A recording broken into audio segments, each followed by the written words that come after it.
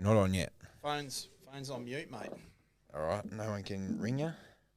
All right, another episode. I've got Nick Baldock from the Strength Den. Do you want to give everyone a 30-second rundown of who you are and what you're doing at the moment? Yeah, I'm Nick.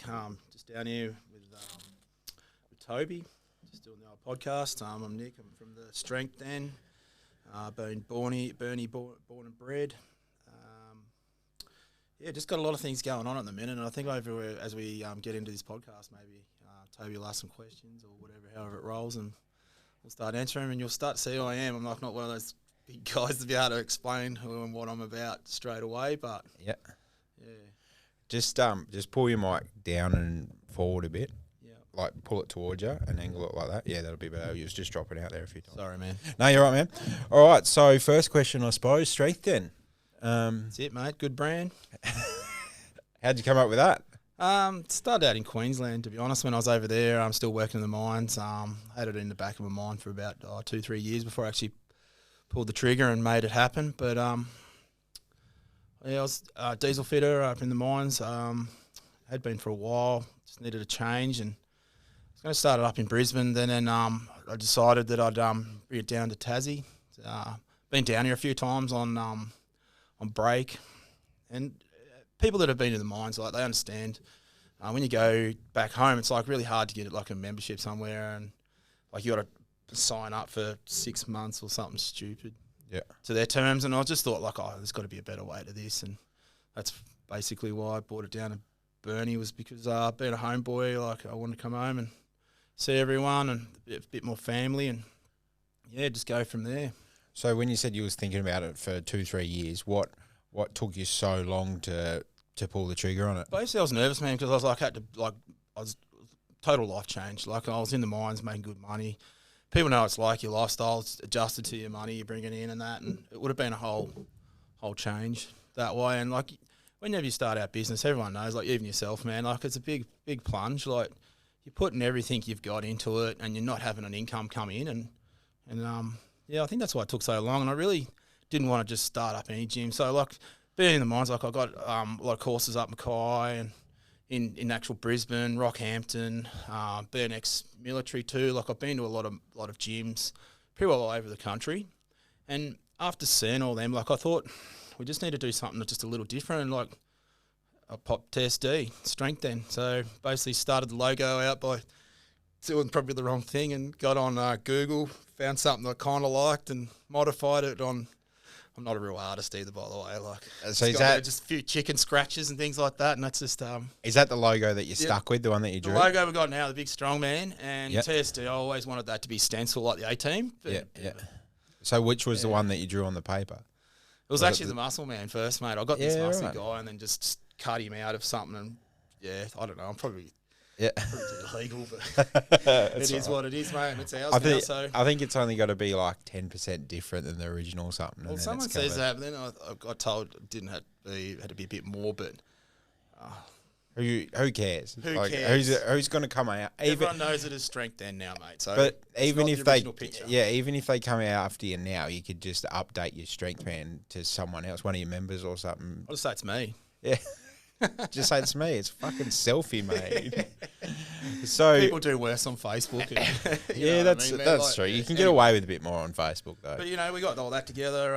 End up, building a business relationship with pulled Heppy, Nathan Hepburn, and Ryan Summers on, which I know you've had on before. Yep. Two integral parts into TSD. Like, I'm a bit of a ideas man. Everyone on the other end will probably laugh at that, but Did you go looking for them or they came to you? No. Basically, I put it out to the Nathan that I'd be pretty keen to get this. This is just before it. Like, so I had certain things like the logo. I had the hats all getting sorted and a few bit of merch while we were looking around for some stuff. We had, just so it was in this real startup phase, and then Heppy wanted in. So after talking to Heppy about it, because like me and Hepp's been mates for years. So you were going to do it by yourself to start off with, like when you was doing the merch and all that? Yeah, I thought it, man, but I always knew I needed help. Like, so I needed to build a team, and he had. After talking to Heppy, he was like super keen. Met him up with the football a couple of times. What's going on? He's asking questions, and I was like, oh yeah. And so what come about? Like he's like, oh, I want in. And so what came first? Like obviously, you said you got merch and that. Did you get the merch before you even had the? So I had it all organised. Nothing pulled trigger yet. So I had all logo getting all done and there. So it's like this. It's like really basic.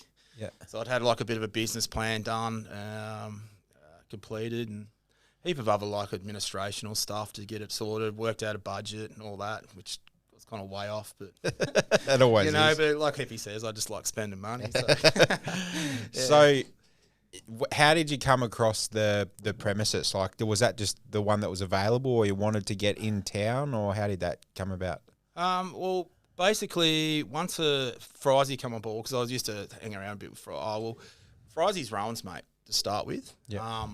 And he still is Rowan's mate, obviously, but we've got to know each other pretty well, and I kind of see Frizy like another brother. But once he come about, like he was like, oh no, we need this type of venue and that, because Fry's very driven too, like very calculated guy, and so he's like, we've started looking around and what was available, and it just popped up, mate. Like we looked at all these other ones, so all three of us, we looked at all these ones, found a couple there with parking. Found some with not, but the ones with parking were too small. And sorry, man, probably dropping out. And then the other, then this one popped up, and we're like, "This is massive. This is TSD." Like we knew we were kind of home. So did you know as soon as they say, like you went in with a real estate agent, as soon as they flicked the lights on, you're like, "Nah, this is it. Like we fucking done." Well, it's kind of like another little, I don't even know what you call it, mate. Like there was like a garage gym set up in there. Yeah, right. So I think it was someone else's business, and it was like he had the best he could probably do in there, but I don't think it was turning over much revenue. I don't know what the go is. I don't know. So was it a gym or was it just someone's? I don't know. It's like a PT studio type thing, maybe. Yeah, like, right. Yeah, yeah. That's what I mean. Like I don't mean it was all rubbish. It was good gear, but there was a little bit of stuff in there. There was no mats. There was no like it was.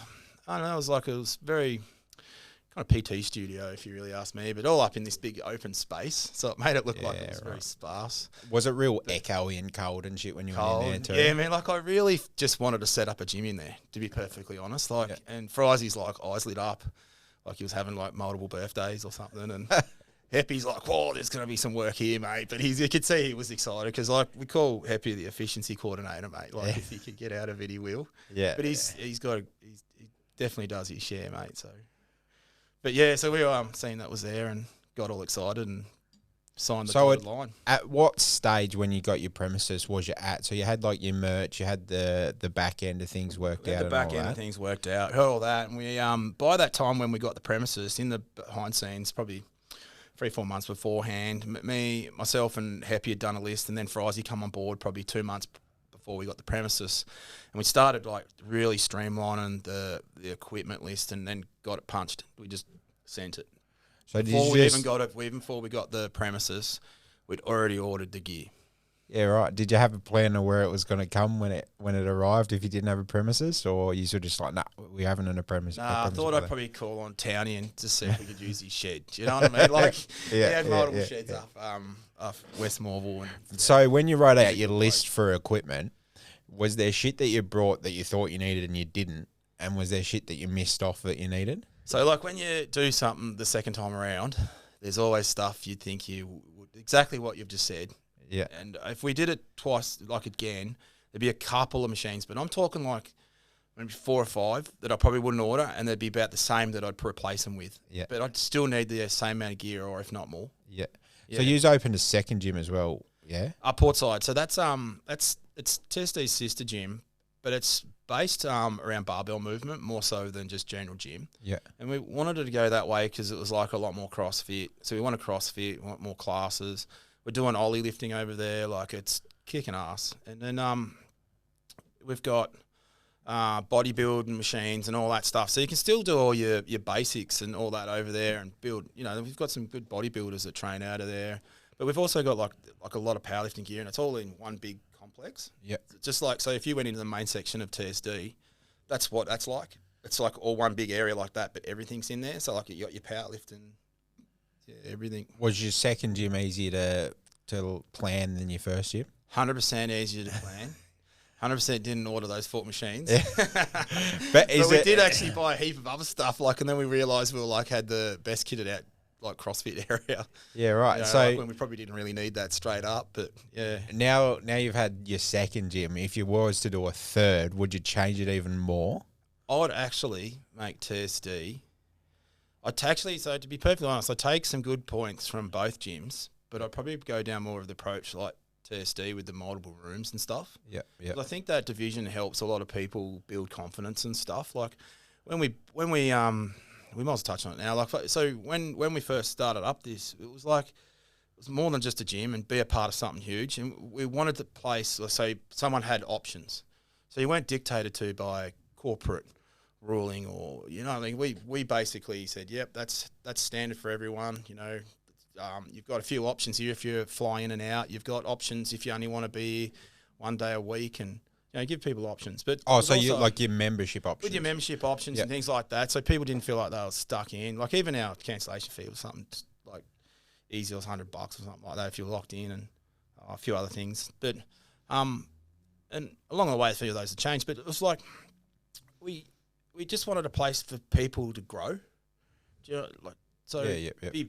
Be better and be stronger and have a hub of knowledge, and that's kind of where we wanted to go with it all. So I think we've done pretty well to achieve that. Like we've got a pretty diverse range of ages and everything to go there. Like I think our next member of our month is Leslie, and she's like 69. Goes there all the time and talks our ears off. Like she loves it. I think she's taken our brochure down to the book club. You know what I mean? Like, Go see these guys. Yeah, because she's like happy as.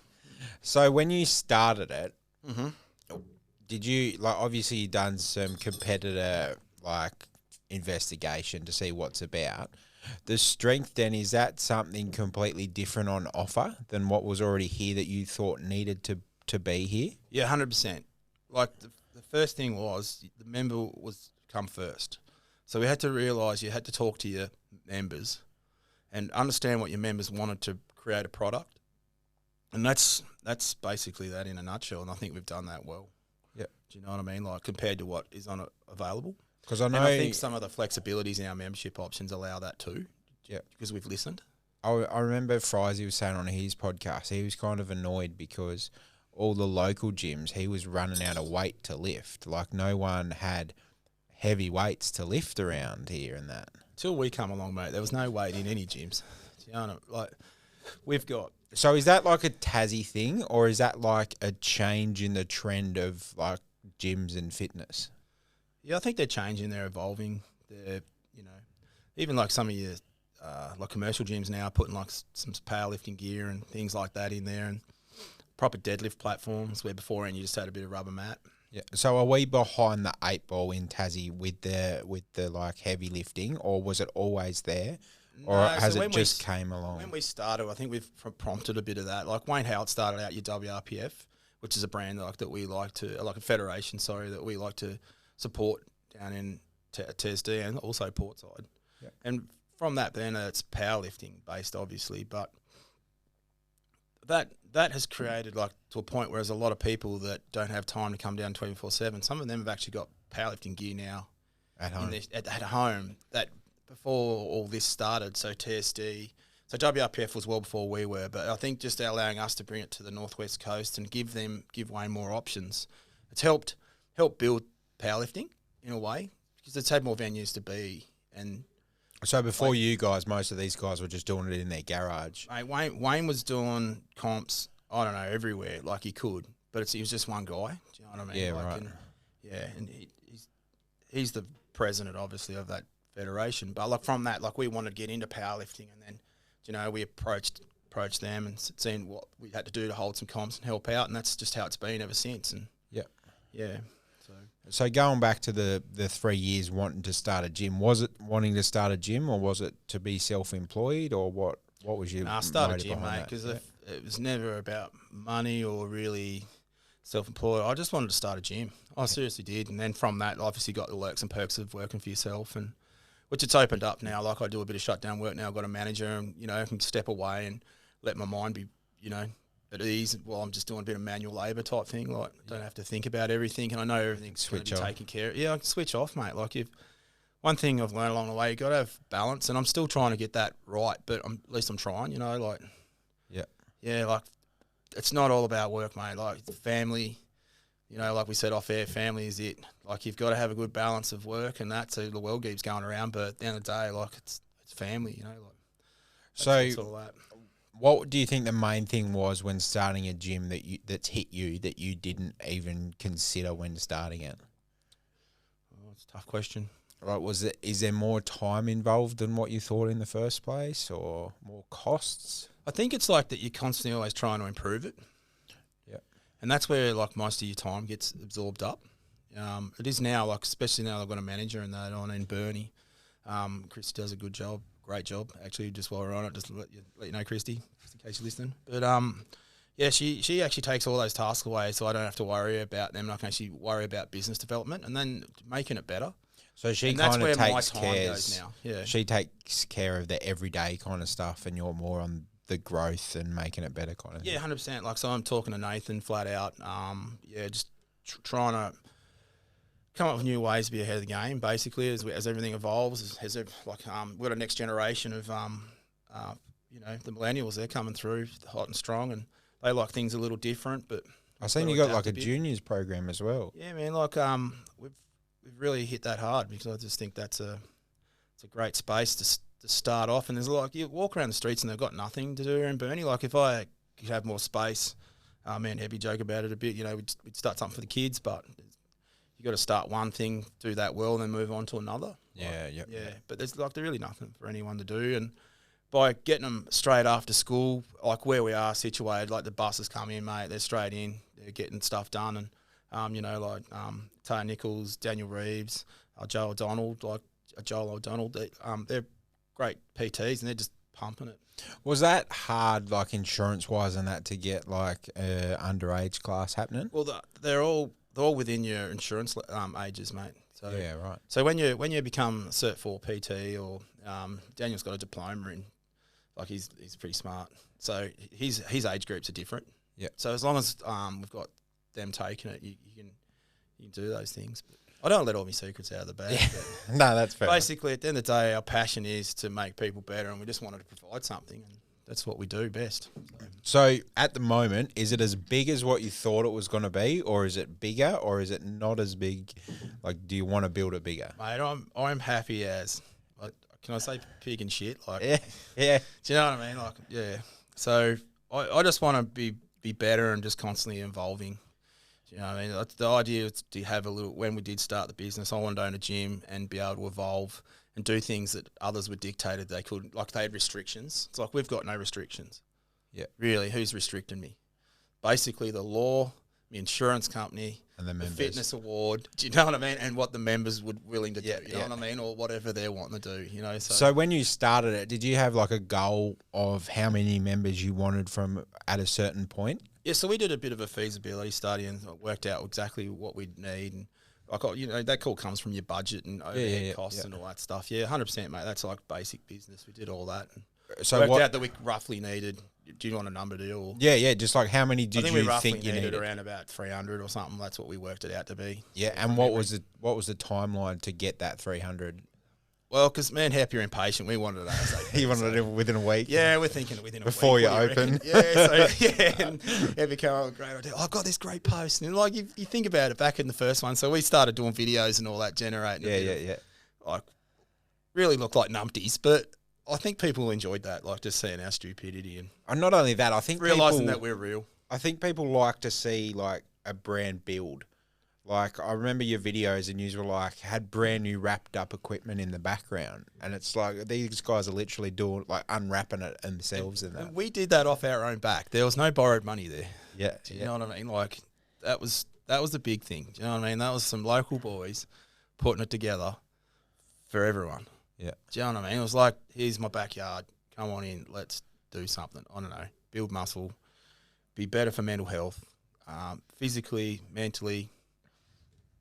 Yeah, just everything. Like, just be better. Like, some people come in, mate, and have like a bit of a chin wag and feel better, you know? Like, build that family. And I think that's what we've achieved well down at TSD. Yep. So I think from memory, you just had issues starting. Like, was it a delayed open for some reason? I think that was delayed open was because my unrealistic estimate of of how long it'll take to do a shop fit out. Yeah, right. So, yeah, I think that was what was the main thing. Unless Frizy remembers something different when he was on here, but Oh no, he's got like a memory like a mule, like an elephant. He'll remember everything. Yeah, nah. Where I'm like, yeah, that's been and done. I'm moving on. Like, Yeah. No, that's fair enough. Yeah. So, what opening day? What was you feeling like before you opened the doors and that? Like, did you have like pre-membership people signed up, or was it? We like thought, we were just going to open up and just see what happened. Like, we probably should have done pre-sales and that, but I think that was more, the reason we didn't go down that was because that was more corporate. And they're like, oh, got to cover their costs so the shareholders are all good. And, but we were like, look, we've done a good job. We've done a really good job. And so opening we days, just opened her up, mate. You were just there ready nervous. to sign people Everyone's up. like, yeah, I'm really nervous, but, just stuck it together. It was just like, I don't know, like a grand final feeling. You know what I mean? Like, and you both your sides in the grand final. You thought, yeah, you're all excited. Yeah, and then open the doors and So could you get in, and then it just kept flowing. Could you get in for free straight up, or did you have to have a membership before you walked into the gym, or how did you open? Mate, we opened up doors and we had multiple members of staff and family that helped out, and girlfriends and boyfriends and all sorts turn up and help out, family members and cousins and aunties, and like they just turned up and helped out, like basically on our first day. So was that more of just like And it wasn't just the first a day, look actually. It was around? probably more our first week, actually. We had like multiple family and all that help out. Yeah. And was that more just like a look around for the members to come in and be Come like, around, hey, they look, what's walked up? you around, we give them a bit of a run around, or they just let them in and waited for like myself or Happy or one of the staff that we did have on the time, like to explain what we had going on. So you obviously had us three spearheading it as well. So you were talking just with like the members, mingling, like signing people up left, right, and centre. left, right, and centre. And Did you run out of keys? I think we did. I think we ran out. Because I only had like a couple hundred keys. Yeah. I think within the first couple of months, mate, we were like, Fuck, we got where no did we keys. get keys from? I think we got down to our last one or two, and they expressed us some Some just new plain old ones, like no TSD or anything on it. So Do people still have them, or were they like, hey man, can I swap this out for a TSD like, one? every one of them that had them come back in and swapped them out. Like there was not. Well, we've still got a heap of them in there now, mate. Like, I don't want this shit. I just joined up to be a big part of your club. Yeah, I just wanted want to that- show my yeah. TSD. Give me a shirt and a hoodie and a hat, and like the whole town. I really just so appreciative of the whole town on the support that we got. Like massive. Like the biggest thing for me out of the whole in building this business was that feeling that I was, I think I'm on the right track. Yeah. Do you know what I mean? Like we're making a difference here. Like many people go through life smart, like a lot smarter, a lot more wealthy. But what do they do? Yeah. Do you know, like that kind of, that's what they are. And People that overthink things as well. Like, if you look back now, you probably would pull the trigger a lot earlier than 3 years. I think honestly, I probably would, and I couldn't really give you an honest answer because I'm already got stuff in the background going on, and I've been, chewing over it a little bit, making sure things work. And Do you feel like a clothing brand too? Because just from walking from Beejans to here, I passed 3 people with the Strength 10 clothing on. And I've seen like red hoodies now as well. I've never seen a red hoodie What about before the until pink? just then. I haven't seen a pink one. I've only seen black, grey, and now I've seen a red one. So Christy's come on board and said we need pink. So it's just happened. You know what I mean? Like, so I went and balls and bumpers. I got a heap of like merch, display board and stuff off him today. So we've got a massive merch area going in. We've just ordered a bulk amount, but yeah, it just sells. So what's the go? Do you give them away for free when they sign up, or they buy them, or what? So all our merch is reasonable price, mate. We're basically covering costs. Yeah. Like I said, like I never really got into it to be rich, get rich or anything like that, but we can be rich in what we do. Do you know what I mean? Like reap the reward from that, and all our merch, all our memberships, everything that we do there, it's like it's. Was that Happy's Like it's- idea to get the merch in from like Instinct Athletic and all that? Because like you don't really Affordable. see, like before that there wasn't really gyms. Like you don't really see people walking around with like a Zap t-shirt on or something like that. But they kind of didn't really build what we did either. Do you know, like when you went back to our little videos and we see it evolving and all that, like I think people wanted to be a part of that. Yeah. And that's why I think some of our success has been too, as we've gone through in business, that people want to be alongside us. Yeah. Like, they're not behind us, they're not in front, they're beside us, and that's how we all roll there. Like, everyone's seen as an equal, and it must be. Otherwise, they're not. People don't work there. People don't come there, like, because I want everyone to be equal. Yeah, like right. equal in the way that we treat people like adult. You know what I mean? Like, So do you have like rules and regulations, or do you have like a code that you have to go by, or is it just like common sense? You've got 100% rules to follow. Where everyone needs rules. One of ours are loud music, lots of chalk, be respectful for others. Kids are welcome. You know what I mean? Like, just stuff like that, mate. But it's basic. So where are these rules laid out? Like, do you have like a handbook, or are they on the wall, mate? As you walk in, like the big Ten Commandments. Yep. And everyone sees it. Everyone, takes What's the go if you break the code? Like, do you have like disciplinary actions or anything like that? His key stops working. Just one day, like, oh, I've got a problem with my key. No, you kept turning the fucking music down, mate. Yeah. No one touches the main gym music, which is good because we like to keep it that way. Because there's a lot of people that come in and don't want to listen to death metal and so is that like Britney a bit, Spears. Is that like a bit lower volume? So we've just got that set. Like, it's still a reasonable volume, but you can still put your headphones on and hear that at least. You know what I mean? It's not to drown it out, but it is pretty. It's a good level. Like, I train in there. I'm pretty happy with it, where it's at. And does that just run 24/7? 24/7. And then you've got the powerlifting room, which just gets cranked all the time. Is that but anyone can just change that one? Is that a different playlist than that? 100%, man. Like, we leave that up to everyone to just change that. So do you have your own playlist for the general gym? Yeah, we take members' suggestions and what I want to put on there and everyone else. So is that like on Spotify or something like that? Yeah, so we've got Spotify, and we've also got YouTube Music in the powerlifting room. So we've got like a couple of different like playing apps. So is that like the Strength Den playlist? Like, could I go on Spotify now? 100%, you can do that. There's one there like that. We've got TSD comp music. There's a fair few of them actually. So do you know off the top of your head how long your playlist goes for before it repeats? Well, no. No, because you know what? Because I think that one of them I've got about 13 hours on. Yeah, and that gets played a fair bit. But then there's another couple that are a lot shorter. Yeah, but with them being on random, like you kind of really don't hear the same songs because you're only really in the gym for 2 hours, like max. Yeah, because I found that an issue even in the pizza shop. Like, we had a playlist that lasted 3 hours, but we was open like 5 hours, and you start hearing the same shit, and it's like, fuck, I need to add some music to that. Yeah, well, that's the best thing about Spotify or YouTube Music, mate. You just pick another genre and like have their own playlist. Yeah. Even if it's just played for an hour, it's a massive difference. Like, yeah. And you might find a few other songs and you just jam it on. But I'm pretty lucky to have great staff, mate, because they like Daniel Reeves started off the last playlist. Before that, Keely, my daughter, she started off one. So do they Sienna and a few other employees that we've had, like they've all done their own playlist. So they've like added to it or made another one. And that's how we've got all these multiple TSD ones now. Like, who's allowed to remove them? Like, say for example, there's a song on there that you fucking hate. Yeah, I get it removed, mate. Heavy laughs at me all the time whenever I do it. Why, mate? That was a good song. It's a 3-minute song, mate. Just put up with it. Marching like a sport brat, like it's going. Like I don't want this shit on. Shit, yeah. So in your suggestion box, have you ever had anyone say like, remove this song from the playlist? Not that I can remember. Yeah. Probably has, though, because like there's a heap that Frizy never used to show me. Do you know what I mean? Like, yeah. Is that still a thing? The suggestion box and all Mate, that is going nuts. The only thing is, because we've taken a bit of a change in how we do our social media and stuff. Social media and stuff. It's about to come back on, but just done a little different. Yeah. So what's going to be new at the Strength Den in the upcoming? Can you leak any secrets or anything big coming? No, well, not at the minute. I'm probably a bit boring there, to be honest. Like, I've got just little improvements continually, and I think that makes a big difference because a lot of members don't like massive change. Yeah.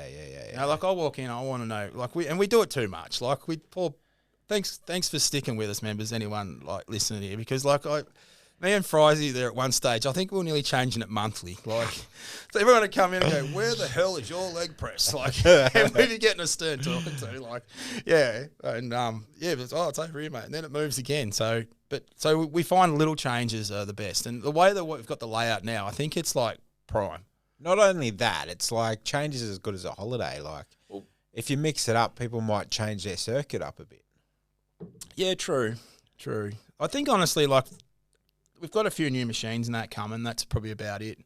you know. But the big thing is just to keep improving that community and just trying to do what we do a little better every week, you know. Like, it might be just something so small, but it might be such a big impact for that person in the day, like for that member, right? Yeah. Someone might just come and be like, fuck yeah, they got my favourite machine now.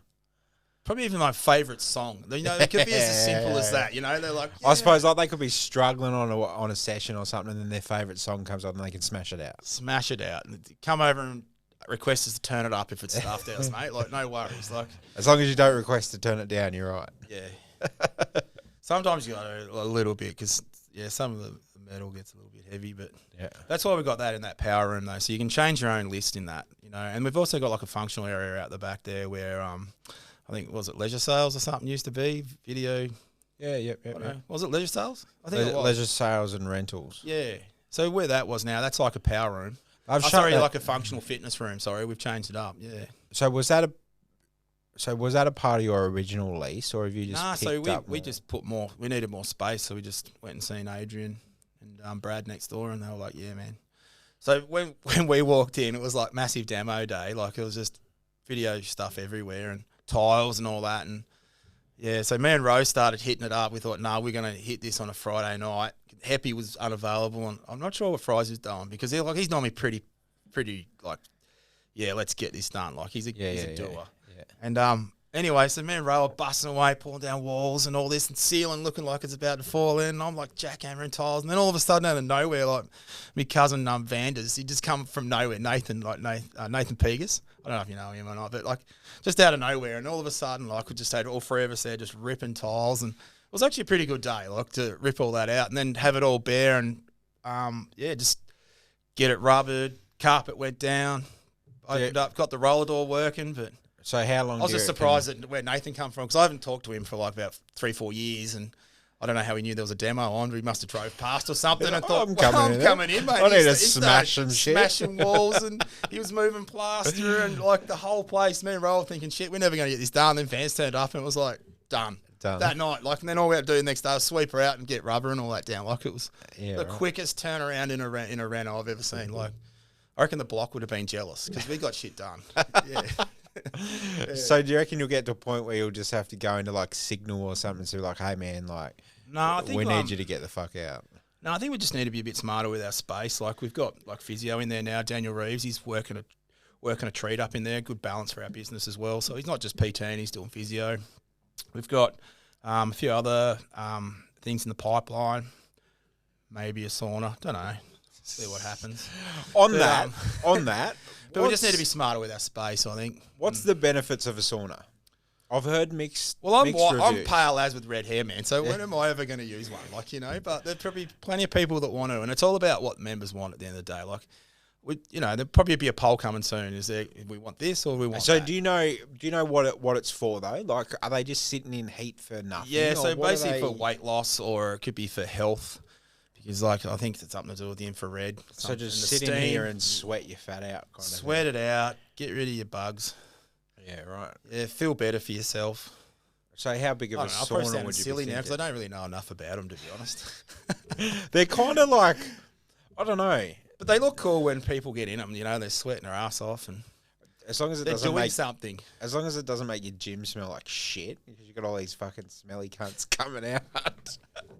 Put some big extraction. You'll have to Signal so he moves out and I'll have his space. Yeah, you'll have to change the 10 rules to 11 rules. One, when you have a sauna, get the fuck out of the gym.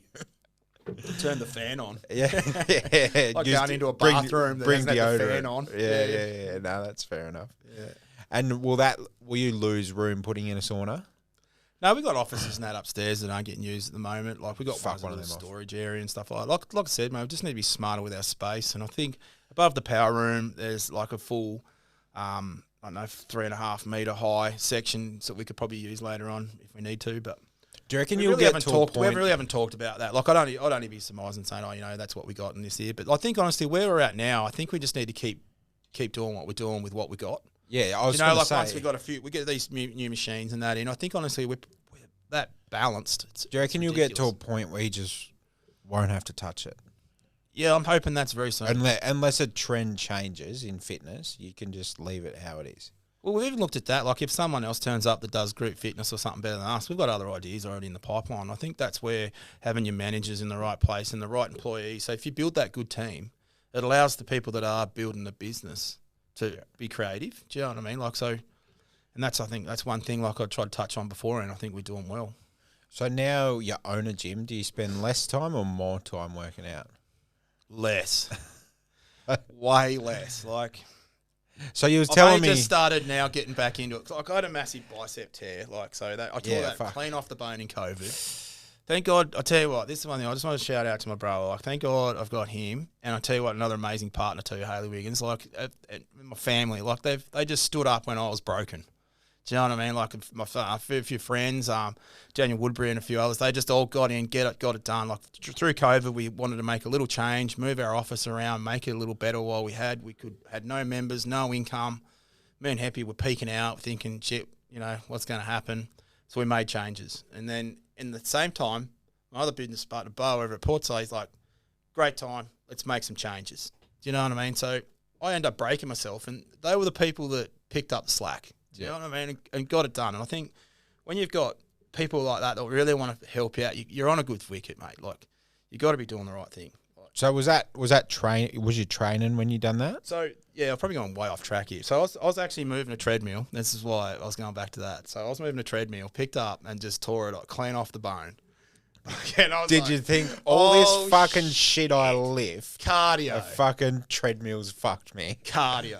Like, everyone laughs about it now, like, hey, Baldy, don't do any cardio. Like, you know, like, I'm like, if I was Incredible Hulk, I would have held that thing to Neptune, mate. Like, it would have left. So did Earth. that Like, die? Do you still have that treadmill in the gym, or no, did you fuck flaccid. it off? Like, since, you know, being a red, I might have a temper, but I've had to learn to carve it, you know, like. When you walk past cool that down, treadmill, big do you fella, just give it a kick and go, fuck you, cunt? Just turn it off every now in spite, you know, like.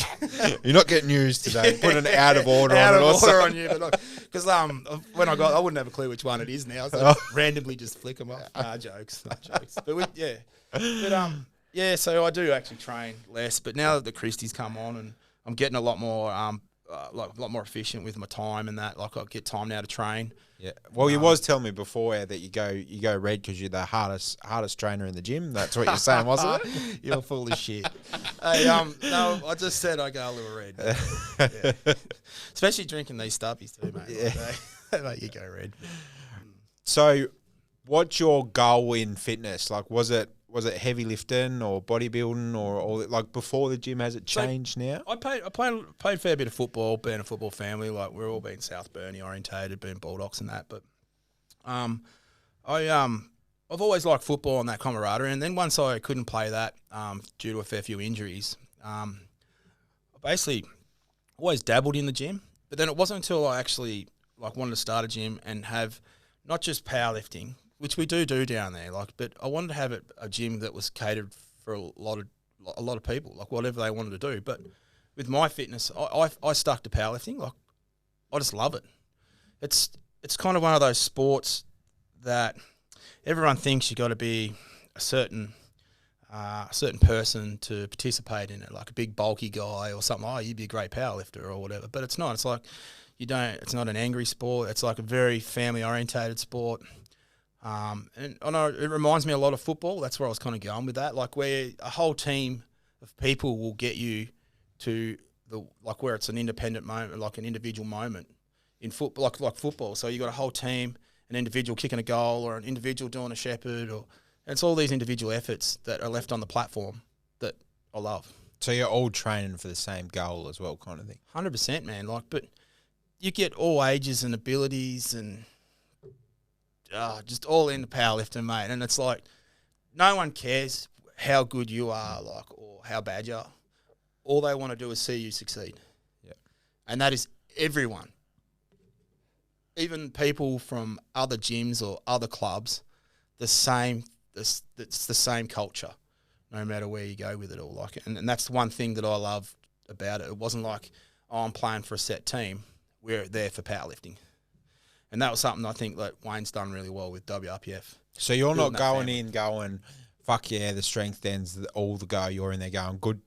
good job Yeah, like you're everyone. always going to back your own, but you're Yeah, also yeah. supporting everyone else along. Like, yeah, that was a wicked lift. And like, if you like come down, we've got one 29th and 30th down here in Birdie. Come down, get around, mate. You'll see it. Like, it doesn't matter who it is. Everyone's patting everyone on the back, like helping someone out with their wraps or whatever they need. Like, you know, like, oh, I forgot my socks. Here, man, have a pair of socks. Like, whatever. Like, it's just they help out. Like, if it's not when they're competing, it could be, oh, get over here, I'll get out and have a break. I'll do your reffing or whatever. Like, it's just everyone pitches in. Like, just a great community.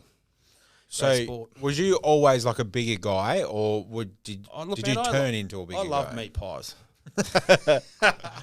Which one? Do you remember the old Mrs. Max? Did you ever have any of them? Mrs. Max are right, mate, but I'm just one of those guys that likes national. Yeah, No I like sauce. meat the meat. Yeah. First bite. Yeah. Love I it. hate fucking puff pastry shit. So like, yeah, that is crap. So I've always been about pies, and like even when I train people, they're like, and like Jackson Furley and Harley Bracken, they're probably gonna laugh about this. Nathan Southwell, like I was like Jacko, for instance, I just put him through his first powerlifting comp, and he's all about diet, chicken, cheese, like chicken and salad sandwiches, and like probably sometimes not even bread. Like, you know, like he's real lean, eats like a bodybuilder, looks pretty mean. But anyway, like, mate, you're not eating enough. Eat the meat pies. And he's laughing about, mate, you got to eat the meat pies. Get the calories in, you know, like, you need the calories. And, like, So when are you gonna put a pie warmer in the gym then? it's coming, mate. So you're asking about big things beforehand. I didn't want to let it out of the bag, mate, but there might be a pie warmer. You've signed up for a national pie franchise. I'm a franchise, mate, now, yeah. So, in the powerlifting room. yeah, that's it. And then another time, like Harley Bracken, he was like, Baldy, how'd you get so big? I said, mate, it's 2 meat pies a day. Pies. So he stepped it up to 3 and got absolutely massive, but the wrong massive. Like, but he was loving it. He still laughs about it. Go get on the pies, baby. He's like, that's what he says. They're easy, I suppose, especially working shutdowns. Like every mine site has a smoke-over van and they've got pies. And they're the same. Yeah. They're the same meat bag no matter where they come from. Yeah. I don't know what meat bag, but they got meat in them. So one thing they do well is consistency. Yeah. They're the same. So, Yeah. So going back to building like the strength den and that, Yeah. whose idea was it to go hard in the branding? Yeah, it's probably more happy like with the merch side of things. I wanted t-shirts and I wanted some hoodies and that, but like with what our next phase of how we're taking it, if Happy wasn't so busy prior, it probably would have been done. But with business, is one thing we've learned. It's just sometimes your plan doesn't go correct, but you just got to be able to adapt on the run. And an idea now might not suit it now, but we'll put it on the board and it might flow in later. Yeah. Do you know what I mean? And at where we're at now, I think we've all spent our time well, but now we're getting right into this brand and we're pushing the merch, and So that's where we're heading. But everyone in Burnie just got on board, mate. Like there was really no pushing on it. Did you just try and push the culture, or the culture was built around it? Oh, I wouldn't say. Well, we did push culture, but it kind of just happened due to the members. Like we set the standard, and they just evolved it. Yeah, You know what I mean? I think honestly, as everyone's got in, like as we've got more members and more members, the old members are teaching the new members what we want. So I mean, it's very adult. Like that's why I'm saying it's like a family in a way. Like so as you get older, you've got a role to play. You know what I mean? Like you got to step up and show the young ones what we're meant to be doing. And this is why our junior development programs come about too, giving them something to do. But we want to evolve them. So you need future employees as well. So employees, train them up. members, people to come hang out in the power room. I don't care. Come out and have Water boy. Yeah, water boy's a pretty important part, man. Like, yeah. So did the gym kind of mirror your culture, and it's developed its own culture now? Yeah, well, I thought I was on a pretty right track. Like, probably sound a bit cocky, but I've always tried treating people like made a lot of mistakes in your younger days, as you do, and you learn from that. But I feel I've learnt, and I just wanted to pass those lessons along. And in that, like we've got together, all three of us are on the same page. When it comes to culture, you just need to have it, and it would come easy for us because all we were was being ourselves, and then expecting the same back. Do you know what I mean? Like so with the strength den's culture, like I know a lot of people are scared of it and they're uneducated about it. So with the strength den culture, who do you think would best suit? everyone. Everyone? Yeah. So no matter It's what one their of those fitness things, goal? though. No, it's like one of those things like we spoke about before with change. Everyone wants it, but then if you're fearful to learn about the change, you're never going to make it. Do you know what I mean? You're still going to go back into what's comfortable. You've got to make uncomfortable comfortable, and sometimes is to learn about what you think it is, and then learn about what it is. Know what it is. So it's like a myth and a fact. Do you know what I mean? Like, so once people start, all I found, look, the people that have reached out and come in and seen what we're all about, they're still there. You know, like some people it doesn't suit. You're going to get that. You're not going to be there for everyone. But I think a hell of a lot have come along and they've stayed with us. So it's pretty much what we're doing. But I think there's a lot of people that probably shy away without doing that first step. You know, just reaching out and seeing what we are about instead of listening to someone saying something different about what we are and we're big powerlifters. Well, mate, powerlifters are probably the nicest guys you'll ever meet. And everyone that walks in there and goes, geez, I can't believe that guy was so nice. Yeah, it's probably because he got head tattoos and whatever else going on and bulging muscles doesn't mean he's gonna, eat you for lunch. Like, so pretty much we're all human, man. Like, fuck what you've heard and come in and have a look for 100%, yourself. 100%. Yeah. Otherwise, you're selling your own future short, I reckon. And if you want to be in the gym.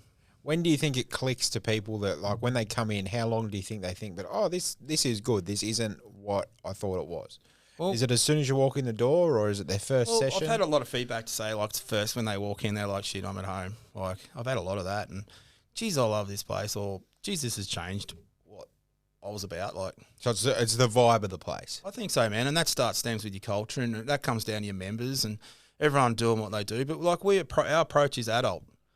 Be an adult. You know what I mean? Like, there's going to be things that we have to do, like, chalk up something or whatever, but we clean it up after ourselves and just adult about it, mate. Like, be respectful to others. Like, so someone doesn't say good day, doesn't mean because they don't want to say good day. They've probably just got something in their ears listening to their vibe, but I dare say I'll probably say it next time. Like, everyone's pretty friendly. Like, so did you find it hard to cement that culture in the gym starting out when you weren't there, like the non-staffed hours? No, so we just put a few more rules around, and how we hit it was with hitting up individuals. So I've always been about that from my younger days. I've always just addressed an issue straight up, and I think that approach has helped others to realise, shit, these guys aren't messing around, and they really do care about the gym. Maybe if I'm going to be here, I'm going to care. And it's just, you can see that day in, day out when I walk into that gym, and I look in there and I feel like so humbled to see how clean it is and everyone happy and they're working out and you can see people gaining results, and like it's I don't know, it's just overwhelming some days, like you just feel, yeah, we've done a pretty good job here. Yeah. High five to the boys, like and everyone else that's involved. Like, so how did you guys cope when COVID hit? Oh, because that would have hit hard. It did. It hit us hard, but it hit every business hard. Like, it hit us very hard. I think Portside was worse.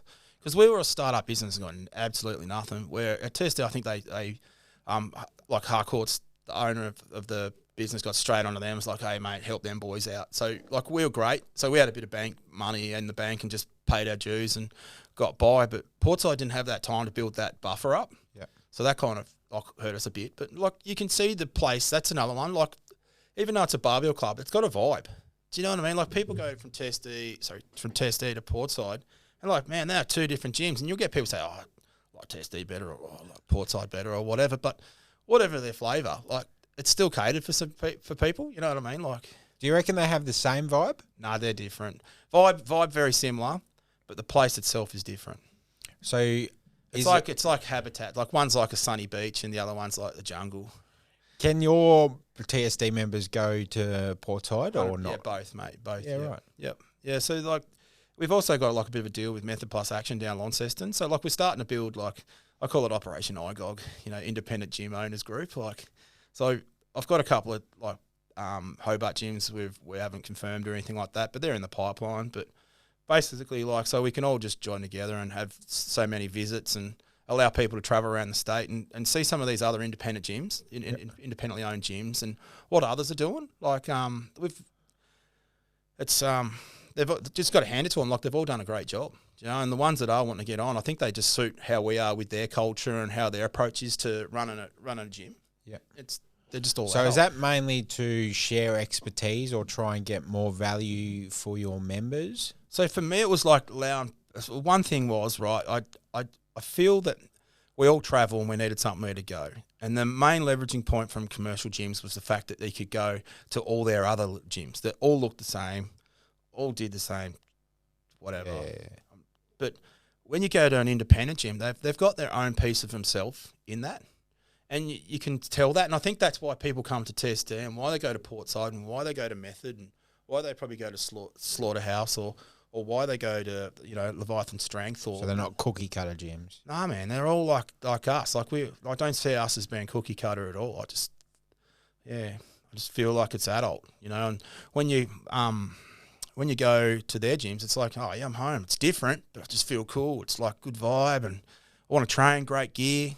Yeah. When you say adult, do you think other gym owners around here like have that same wavelength? Like, did you cop any shit from opening a gym up in Burnie? Were other people like, fuck man, we don't need another gym here and shit like that? Yeah, they probably did, because we opened up and it was really only Zap and you got Health Glow.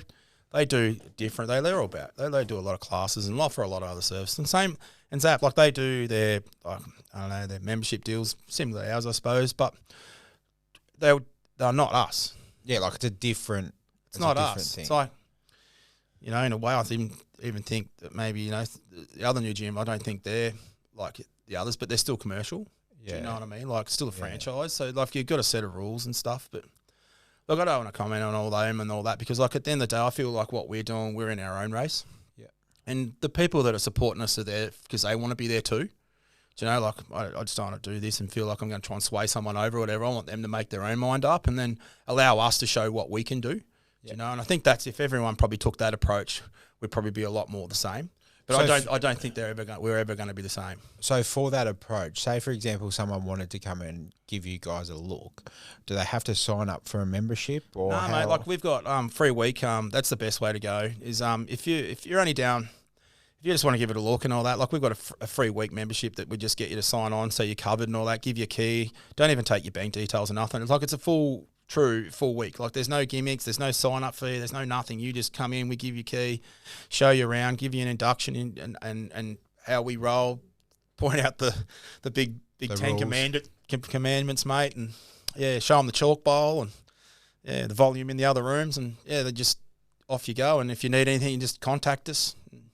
We help you out, and that's basically how it happens. And from that, like we've had nearly like 85% of those free weeks become members. Yeah. So when you think about it, I think we must be on the right track. So yeah, cool. Yeah, well, that's how I feel anyway. I'm probably a bit biased. yeah. Strength hand's best. Yeah. Anyway. Fuck the rest. So going back, a Mexican wave in here. We'd be the only ones to see it though, wouldn't we? No, we got cameras, mate. We can get them to play along at home. So going back to working on the mines and that. Yeah. How'd you get into being a diesel fitter? How long have you been doing that for? Mate, so I basically started that out. First off, became a locksmith because there's no jobs around, and then I got sick of that and was that here in Tassie? Yeah, so I was with Jackson's locksmith, did 4 years and hated it, and then got out and went straight to the military basically. Yep. And then from that, I did my 6 years as a diesel fitter because they were taking on diesel fitters, which they called GSE fits in the Air Force, and I had to train alongside all on an army base with the Ramey mob, and it was pretty cool. Like I work on tanks and all sorts of funky stuff, and do lots of burnouts and paddocks and stuff like that. It was pretty cool because they're all into like ute musters up there in the mainland, like yeah.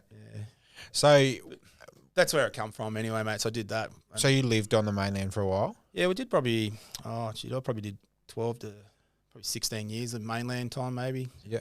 So how old was you when you left? Make it sound like it's prison. How old was you when you left here? I think I was 20. Yeah.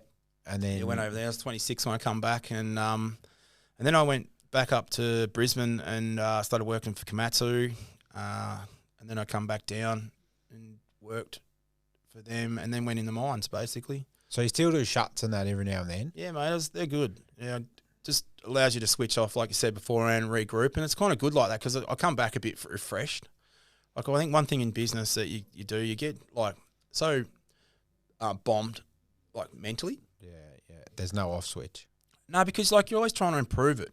I think that's one thing, and then you're thinking of could I have done this a little different? That's another, and then you're like, I don't know, I'm into my brain now. I'm like, yeah, sound like I'm nuts. So when you're down on a shutdown, can you switch off the business side of your brain? 100% switch it off, mate. How do you find because that? I like my fingers where they are, like all my body parts where they are. Yeah. And some of the stuff we move around, like it's all big gear, and I just like to stay focused on that, and that's what helps me get through. And like the blokes are talking different stuff too, so it's not gym or anything. Like they're basically talking fitter stuff. So you just get in fitter mode, like fitter or oily mode. Or when I went down there, I was complete opposite because I was a welder. So as soon as my shield dropped, that was it. Like I had nothing to think about other than business. So I was like, fucking hurry up and finish this weld, so then I could go and do something where I can think about what I'm doing, kind of thing. Yeah. That's probably why I did become a boilie. My mind doesn't turn off. Maybe you didn't have the brains to be a boilie, so you wouldn't have been a fitter. I don't know. I thought it was the other way around, to be honest. Wire burner, isn't it? Yeah, pretty much. Yeah. Grease monkey. I don't really get that greasy, to be honest. Maybe I'm probably on the smarter end of it all. Maybe I don't know. Maybe you're not doing enough work, mate. Maybe that's what it could be. Yeah. I'm telling myself that I'm really doing a lot, but I'm really not doing much. Yeah. Isn't that the thing in the mind? Like they say, whoever's the dirtiest is the hardest worker. Yeah, I've seen some of them though, mate. They just roll up against it. They really do. On purpose. Purpose, mate. Yeah. They get the grease guns out and actually grease it straight onto their overalls. Pretty much. Look how much work I've done. Yeah. There's no grease nipple there, mate. So, when you was a locksmith, was that straight out of school? Basically, straight out of school. First job. Just took it because I needed a job. Like this at the time, like there wasn't many apprenticeships getting around, and I really wanted to get on with Caterpillar. Like I just wanted to be a part of the Elphinstones group, and like looking back on it, I don't think I'd change a thing even if I got on then. So I think where I've become where I've come from and where I'm at now, if I did anything over again, I don't think I would. Like I'm pretty happy. So what did you want to be like in high school? Definitely a diesel fitter. So that's what you was aiming for? Yeah, so my pop, he was a diesel fitter on the trains, and I even looked at that as an option, but there was just nothing going at the time. Like, yeah. So when you joined the army, was that to get on as a diesel fitter? As a diesel fitter. So I joined the Air Force because they had I didn't have to do as many pack marches and all that other crap. All the hard work. Yeah, actually all the hard work. All the hard work that you do now voluntarily. Yeah, like I do when I'm a fitter. Yeah. Yep. But anyway, so I joined that. I just thought they had better packages and they paid a bit more money. And I worked on a lot of different stuff like backhoes and everything right down to ATVs, bobcats, diggers, just also tanks and bulldozers. And then from that, when I actually got out though, I went to work for Komatsu, and that's what I worked on, civil construction stuff. And yeah, from that I just thought I was at home with my career path, and then it's actually paved where I've got to now. So. Did you like the vibe in the Defence Force, like the camaraderie and the discipline? Like, I don't think I could have someone tell me exactly what to do every day. Yeah, it starts out a little bit like that, but then it's actually to train you to think. So, like, they're setting you up for a set of rules, so then you can see, okay, so I can see the structure, I can see this, like, where I've got to go, and so you get all that. But then when you're actually out of your recruits and all that stuff, basically you're just getting set tasks and you're just driven from that, like. So you set your own day up and you set yourself up to succeed and get something done, like to achieve your goal. Like, so do you reckon you still have them morals and drive from the Defence Force? I don't think I'm as regimented as someone that's probably fresh out, but I think I've probably kept a lot of those present in my day-to-day actions and how I deal with things. Like you said, you got up at 6 o'clock. You said you got up at 6 o'clock this morning. You're getting up, making the bed straight away, and that kind of stuff. There's no bed making. I'm giving you the tip. Haley would shoot. What are you doing? Like you got to get out. I got to make the bed. Yeah. I've been up since 0600 hours. Like I'm not pack marching and jamming around the house like that. Yeah, pretty cash now. But like I still see a lot of, like you said, though, the camaraderie and all that stuff. I really did enjoy that in the military, and I really would like to see a lot of people give that a shot too. Like, honestly, they've got like the gap year and things like that. And maybe some of these unemployed kids, they might try it out and find that they could probably build them a career path, or maybe set them up to, achieve some of their own goals, Yeah.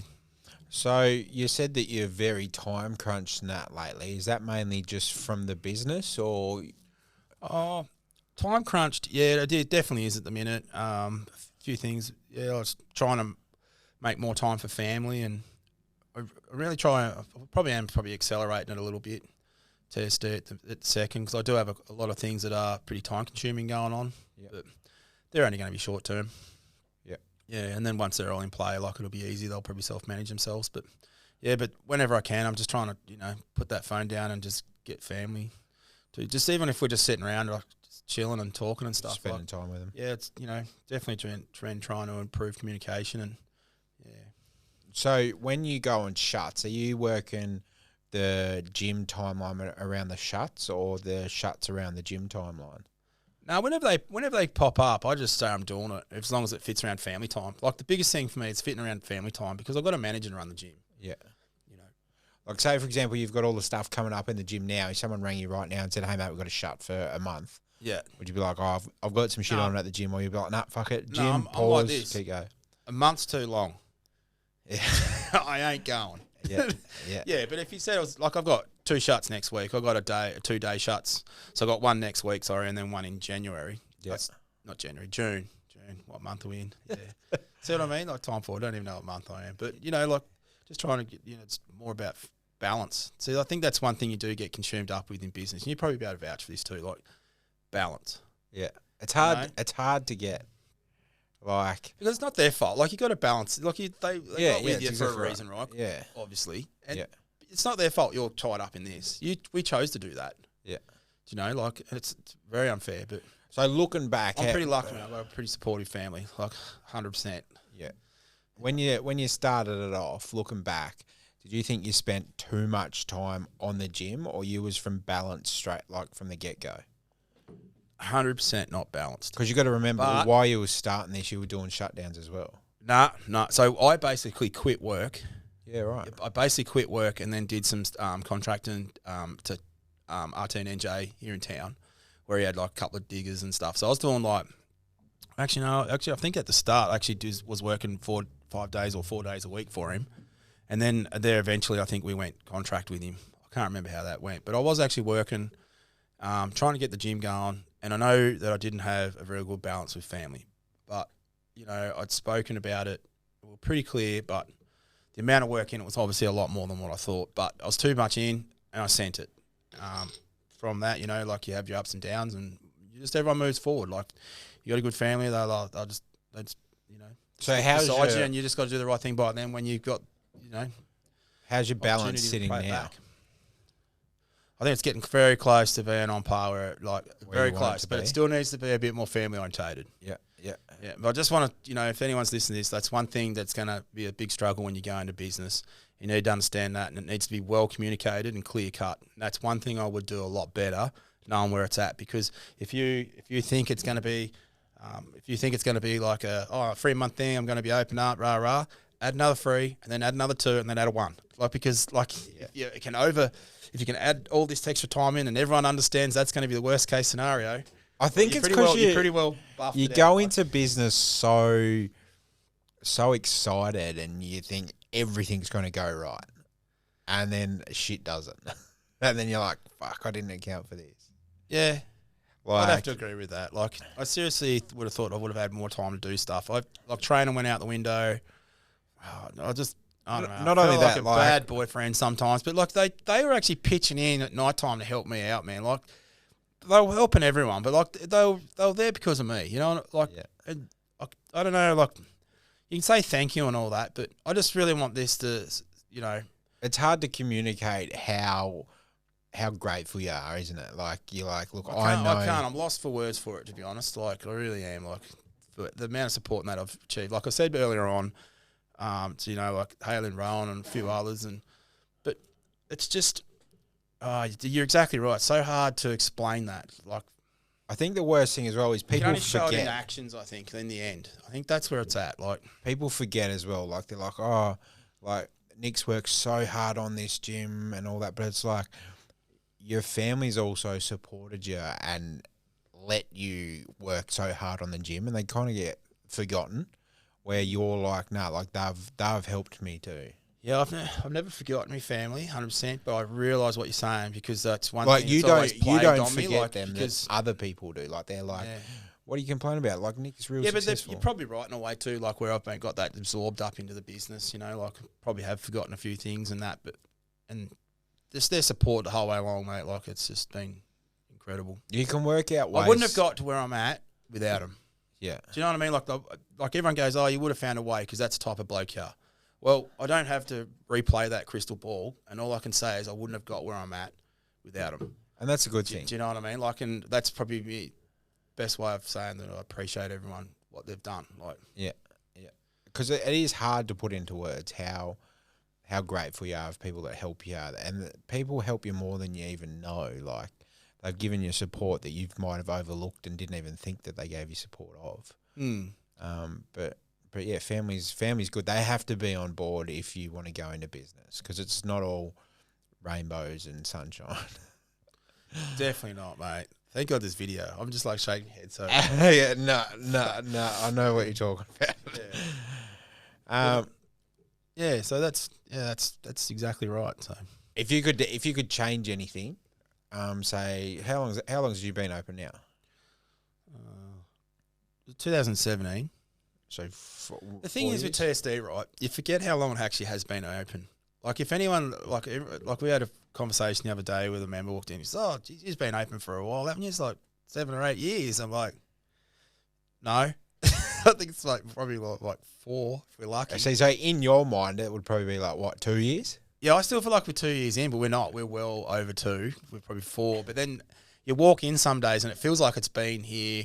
Like it's an institution. As long as Bernie has. Do you know what I mean? Like they're building stilt homes and little garden sheds and stuff, and TSD's was there. Yeah, like, just there, yeah. Yeah, if you look, but 1920s where they had all like shit homes and stuff. Yeah, like, yeah. TSD was like, boom. It feels like it's been there forever. You That's were how lifting concrete weights back then and shit. Flintstones. Yeah, right. Yeah. So is there anything that you would change in the last 4 years that you think would be better for you, like in life? No, nothing more than what we've already touched on, mate. Like I think honestly, like just got to be that balance. You really do need balance and communicating, and so everyone's on the same page. And I think, like I said, don't underestimate, overestimate. Because if your worst case scenario becomes true, you've already talked about it. Yep. If you've got to have those uncomfortable conversations and everyone's starting to get shitty or whatever, like it's just puts added stress and everything on you personally and everyone else around you that's involved, like, so that'd be the only thing, mate. Like we've already how touched on that. How are you working on your balance now? Like how do you find more time? All I've been doing basically is trying to put people in the right places to keep everything moving forward that have got the same vision as I do, so therefore I can have more time off. Yeah. And like it probably seems a bit shit at the minute because this month's like absolute crazy because it's like comp month. And we've got a few other things in the pipeline, so we're feeding them out. But I'm really hoping in the next, 3 months we're starting to see a really good balance.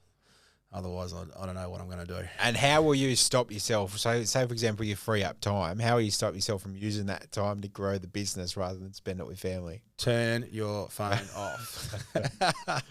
Mate, put on silent. People can ring you back, because I know even then, like sometimes I'll be sitting down I need to watching take that a movie. advice. I think. Yeah. You don't do I that. know. Like Haley will be on the other end listening. He's going, you need to take that advice. Do as I say, not as I do, kind of thing. Yeah. Because I know sometimes you'd be sitting down watching a movie with a family, but you're there, but you're not there watching the movie. If you know what I mean. I think they look at me like that, but I seriously am like normally committed. Yeah. I know you do some. I'd say it happen very rarely, but like I know what you're talking about, and it's not a good feeling. It's not fair on them either. So no, it's not. It's hard, isn't it? It's very hard. Yeah. So this competition that you have coming up, yeah, mate. Are you going in it? Nah, not this one. I'm actually my next goal. Like, well, I know we spoke about it beforehand, but we just kept moving forward. My next goal, I'm going to a December comp down Hobart, hopefully, to compete in PA, which is a different federation. And this one's another WRPF, so I'm just help running that one to make sure it moves forward smoothly, but do the best we can for the WRPF. So these competitions, when you go in it, are you going in it to win it, or are you going in it to hit your personal best, or everyone goes in there to improve what they've done last time. Yeah. But in the back of their mind, there's probably someone they want to beat. Yeah, right. But I nearly guarantee they'd be cheering them on if they didn't. Yeah. Do you know what I mean? Like, that's powerlifting. Like, So they want to beat Very them, little but they're... bitterness. Yeah, right. Yeah. So you got to put your ego aside, kind of There's thing. no ego. Like it goes, it's aside, 100%. And that's the first thing that you notice down at TSD. The ego is not there when you walk in. Everyone leaves that at the door. Yep. Before they walk in. Is that one? And Is if that they one of the don't- rules? If they don't, they've been told. To Leave it there. Leave That's it where there, or you belongs. leave. Yeah. Yeah. Yeah. Yeah. Right. Yeah. Have you ever had to kick anyone out of the gym? Oh, yeah, we have, but I don't want to really talk about it No, much. that's But fair. like, it was just dealt with fairly. Everyone understood and just moved forward. Yeah. Yeah, but those things happen. So is that just they've broken one of your 10 rules, or they've just fucking been dickheads? Oh, bit of Bit of both, everything. yeah, right. That rule wasn't on the board, that's for sure. So. Yeah, no, that's fair enough. Yeah, just got rid of them, mate. But Yeah. yeah, it's all good. Like, just had to. It was set an example, and Yeah. yeah, I think it was reciprocated pretty well. Someone's got to take the first bullet, I suppose, so people know that you mean business. 100%. Yeah. Yeah. So your gym that you've got at the moment, when you said that it's in different sections, do you have like circuits set up, or how does that work? So at the moment, mate, like it's basically just got a powerlifter room that's around about 200 square meters, and then we've got a functional fitness room where the old video shop was, like I said before, and that's probably around about 280, and then we've got like nearly 600. So when you say functional fitness, what's that? So that's just like for your group sessions, or if you want to do boxing, or do some squats, or whatever. Like, so it's like group session room, like basically, or functional fitness. So a bit like circuit training. So there's ropes and there's like all sorts of stuff in there, man. Like, yeah, just to cater for different workout types. And Yep. Then your main gym's about 600 plus. So which one do you reckon gets used the most there? Main gym, and then power room and functional room would be about par. Yeah, Because everyone that normally uses the main gym will have a warm up in the functional room, or they'll head in there at some stage. Yeah. We get a lot of people just using that alone, like because they just like what's in there and that's all they use. Yeah. So do you use the whole gym yourself? Me personally, I use the power room and the main gym a lot. Yep. And then, no, that's about it. And I avoid the cardio. Is that That's because of you the can tell- treadmill? Or? Yeah, but you can tell that though by the tie tube around the midsection. But I just see that as power. Like, So- storage still for your power, mate. Are you a qualified personal trainer? Yeah, I'm actually a powerlifting coach. So Yeah, right. So I've got a question for you. Some people say you have to do cardio. Some people say you don't have to do cardio. Do you have to do cardio? Well, it depends on what you're trying to achieve. It really comes down to your goals. So at the moment, like I've got rest time down to 1.5 minutes in between sets. So after doing a workout like I've got programmed at the moment with minimal rest time in between, you've basically done big boy cardio without touching a cardio machine. It's hitting two birds with one stone. You're building up your metabolic ability to recover, so you can put more in next set. You're working on your central nervous system overload. Like, there's so many things you're doing without even touching a treadmill. So, but a lot of people don't like to train like that. So therefore, you've got other variations of some form of cardio or not. So even when you're doing weights, you could still be doing some form of cardio. Yeah. That's what I'm kind of getting down to. And if you get enough steps up in the day, surely that counts for cardio too. Yeah, if you just want to be better than your yesterday, like version of yourself, that'd be fine. Because I recently started going. So I signed up to a gym back in November last year when I was living in Wynyard. Yeah. Signed up to a gym in Wynyard. Yeah. And I had never stepped foot into that gym until last Tuesday. Yeah. And I hated fucking cardio. Like, I'm not doing cardio, not doing cardio. And I always had a reason why I didn't go.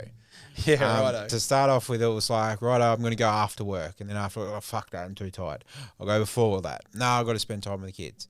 And then anyway, I'll just But they were good times. That was a good substitute for it, though. You were trying to get balance. Yeah.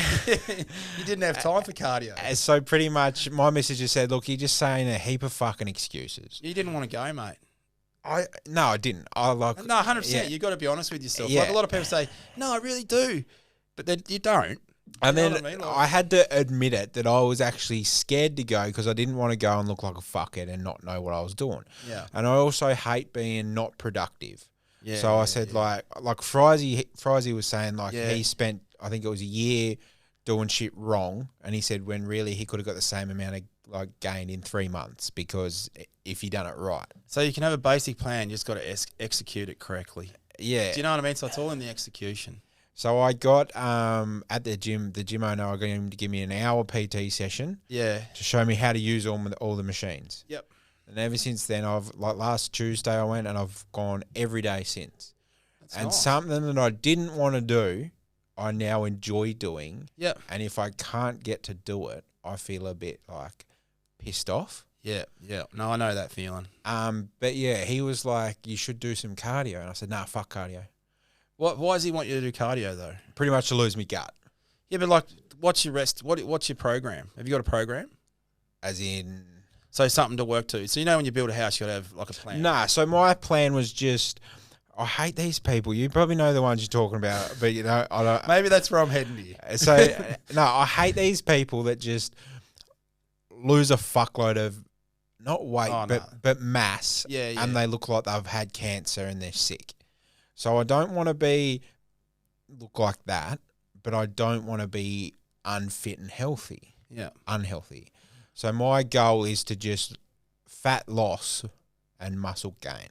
So look, the two things there, one why they look like probably like that, I don't know, the circumstance. I'm only just surmising because we've got to talk about something. But that's probably time.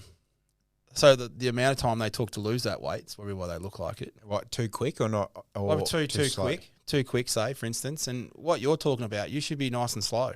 Like, you should be looking at it like a 12-month plan, not a 3-month plan. Yeah, so... Get my beach body back in 3 months. Like, because it's unachievable. Like, I'm not going to say it's unachievable because I've seen people in 3 months change dramatically to the point where I would never recognise them. Yeah. You know what I mean? They had facial hair, big and bulky. All of a sudden, they're on stage. Do you know what I mean? Like, with half as much facial hair, and you're like, shit, is that the same person? Like, so it can happen. But what I'm getting at is, like, for general Joe, when you're like where you are, you're trying to get balance back. You're not trying to compete for anything. You just want general fitness to be better, be a better version of yourself. You need to allow time. Like, don't set unachievable goals. Set it so, like, all right, back to what I was saying before about the business thing. If you think it's going to be 3 months, add another 3. Because it gives you time to develop and try and achieve that goal. So you can be on a high. Should everyone have goals? Because at the moment I don't have a goal. You need a goal. But You've already got one. You just haven't admitted it. You just want to be a better version of yourself. What would my goal be, though? Yeah, to be better than what you were yesterday. But I'm always better, so it's hard. Physically. Like fitter. You want to be a fitter version of yourself, basically. Is that not true? Yeah. So, like, I'm not interested in body mass. No. I just like the fat loss. So I don't care about the scales or anything like that. I have been eating in a calorie deficiency for like 3 weeks now. Yeah, you coping all right with that? Yeah, I've dropped 8 kilos. Yep. And there is some tips and supplements and shit that help me along the way. So, but basically, like, if you allow enough time with your calorie deficit, like, you need to change that up. Obviously, you need change to promote change. So you need to keep with your diet. So get a well planned out diet, obviously, like, or a plan or something to follow, and then just over time, mate. Like, if you keep to that to a program of some description, like, it's going to help you achieve where you want to go with it. You know, like, but you've got to, it's like a house plan, mate. And you still need to have plans of how you're going to do it. You still need to build a foundation, build your walls, put your roof on, and then facade it up. Like, and the facade should be like your 6-pack and your ripped chest and everything else. I'm not interested in that. But you're never going to get like that. So you just might be a plain old brick home. But to you, it's like exactly where you want to be. Like, See, so example for last night, we had my stepdaughter's birthday party and they had pizzas. Yeah. And I broke my diet and had pizzas. And I'm like, we own a pizza place, mate. Yeah, but it was like, oh, naughty boy. But like, what I was thinking is like, I'm not on a diet. No. I said, if I didn't eat that pizza, I'd want that pizza for like a week. Well, whatever we eat's part of our diet. Yeah. People go, I'm on a diet. Of course you are. You eat every day. Yeah. Do you know what I mean? Like, all it is like you've just changed what you're eating in that day or whatever. And if you're on a calorie deficit's great, or a calorie counting, for instance, it's a great place to start if you're really taking care of your diet. Because, like, really, if you're going to lose weight, you put less in. Sometimes if you want to gain weight and strength, you need to put more in. Do you know what I mean? Yep. But then there's another side of the scales too, where you're eating a whole lot of food, but it's all clean food, and you're lean and mass. Like, yeah. But you've got a balanced lot. You're trying to eat that balanced lifestyle, so you're going to eat pizza and you're going to eat this. So just eat less of it. Do you know, like Yeah, the one thing that I was surprised about is like previously, like my missus is a bit of a fit nut, and like we've never eaten unhealthy meals regularly, but like now I've been carry counting. It's just the size of them. Like we were eating massive fucking portions, yeah. but we were like, no, it's good. Like we're eating healthy food, but it's like a lot of fucking healthy food, and it's surprising how quick shit adds up. 100%. 100%. It does add up. So have you ever gone on like a nutrition plan or anything like Like I that? said before, I eat pies. Like they've never ever hit. Do you know how many plan calories that- are in a meat pie? How lots? Do you reckon there is? No, I don't know. Like I've really never looked. I was joking. It'd around probably there, be but what, 500? Oh, maybe. Because there's not much pastry and shit. Not much meat either, really. It's more like a gravy. Yeah, it's Pulp. what's in that Meat fucking pulp. gravy. Probably full of fucking salt and shit. Tasty. It's all full of taste. Yeah, but like just like I said before, there's a lot of people that eat really healthy, but a lot of it, and they still look lean and mass. It's just, but the thing is, like, it's also taken time for them to get there. The big thing is time. Yeah. You know, like we just need to realize what we've got, set ourselves some achievable goals so we can keep a good balance and be happy for it. If we haven't got a set discipline or that we want to compete at a higher level or be the best we can in a discipline, like so obviously like powerlifting or CrossFit or bodybuilding or whatever it is. So if we're only using it as general fitness, like we just don't even know I was going with that now, man. Need another Iron Jack. We just got to be Just do happy. it. We've just got to be happy with what we're doing. Yeah. You know, like Yeah. yeah, Oh fuck, you run out, man. I'm out. All right, we'll go on a quick pause and we'll have a restock. Yep, done. Cool. All right, we back. We're all fucking filled back up, and Yep, got some more Iron Jacks, mate. Yep. All right, so next topic, podcast. Yeah. Do you like podcasts? Do you listen to many I actually podcasts? do. I listen to a couple. Actually, no, I lie. I listened to one. Like, there's one in particular. Basically, Frizy and my brother. So we've already spoke like Frizy. I think we mentioned it might beforehand. Yep, He does him and my brother do a podcast. Mate, They stopped for a bit and then they started up again They stopped recently, and didn't they? started her up. Like Ro had a house to build and a few things like that, and then Ro's like, "Nah, I got to get another one out there." Like so, Ro, like being my brother, he's we're pretty all very similar as brothers. Like we're pretty outspoken and kind-hearted and whatever else goes along with it. But the thing is with Ro, he's like very much a stat man, and I see him do a lot of. I could see him doing that like all the time. Like he's just good at it, like. And then like you were asking me to come on here, and it's been like pulling teeth in a way, like because I'm always too busy or. Whatever. It's only been like 4 months now. That's pretty good. That's pretty good. You should feel real lucky. So like I've never done one of these, right? And I was just thinking to myself, and and I don't listen to gossip or anything like that. You hear shit and you don't care. Like I seriously do not care. Like if anyone knows me, they know I do not. When I say I don't care, I don't care. Like I'm all about paving your own path, and people do make mistakes, and other people do talk shit, and their perception of it's only to make their own persona be better, and you know what I mean. Like everyone's got their own level where we're at. Just deal with it, But like I come on today, like to not so much talk about me or the strength then or anything. I just want to give it a go and see what they're all about. Like so, that's what it was for me. But with Was that just to get on a podcast to see what it's like to be on a podcast? You asked me, and it took me a while to think about it. And it's like I'm always about embracing uncomfortable to be comfortable. And I hear Ro and Frizy get on there, and they're having a great old ball. And I think honestly, we've talked about some good stuff here tonight, and probably not too much about my personal life or anything like that. But like everyone that knows me needs to know what I'm all about. And if anyone wants to know me, come and ask me. Like I'm big about interaction with people. I'm not about social media. Like we talked about that beforehand. Like I really am not big on social media. Like people, if they want to come and get to know me, come say g'day. We'll have a chat, and So after a week or two, mate, like they'll probably start to know what I'm all about. Why are you so anti-social media? No, I'm not anti-social media. I just like my approach. Yeah. Which is the old-fashioned one where people get to know people. We communicate, face value. I just think there's a lot of Cuts through the bullshit.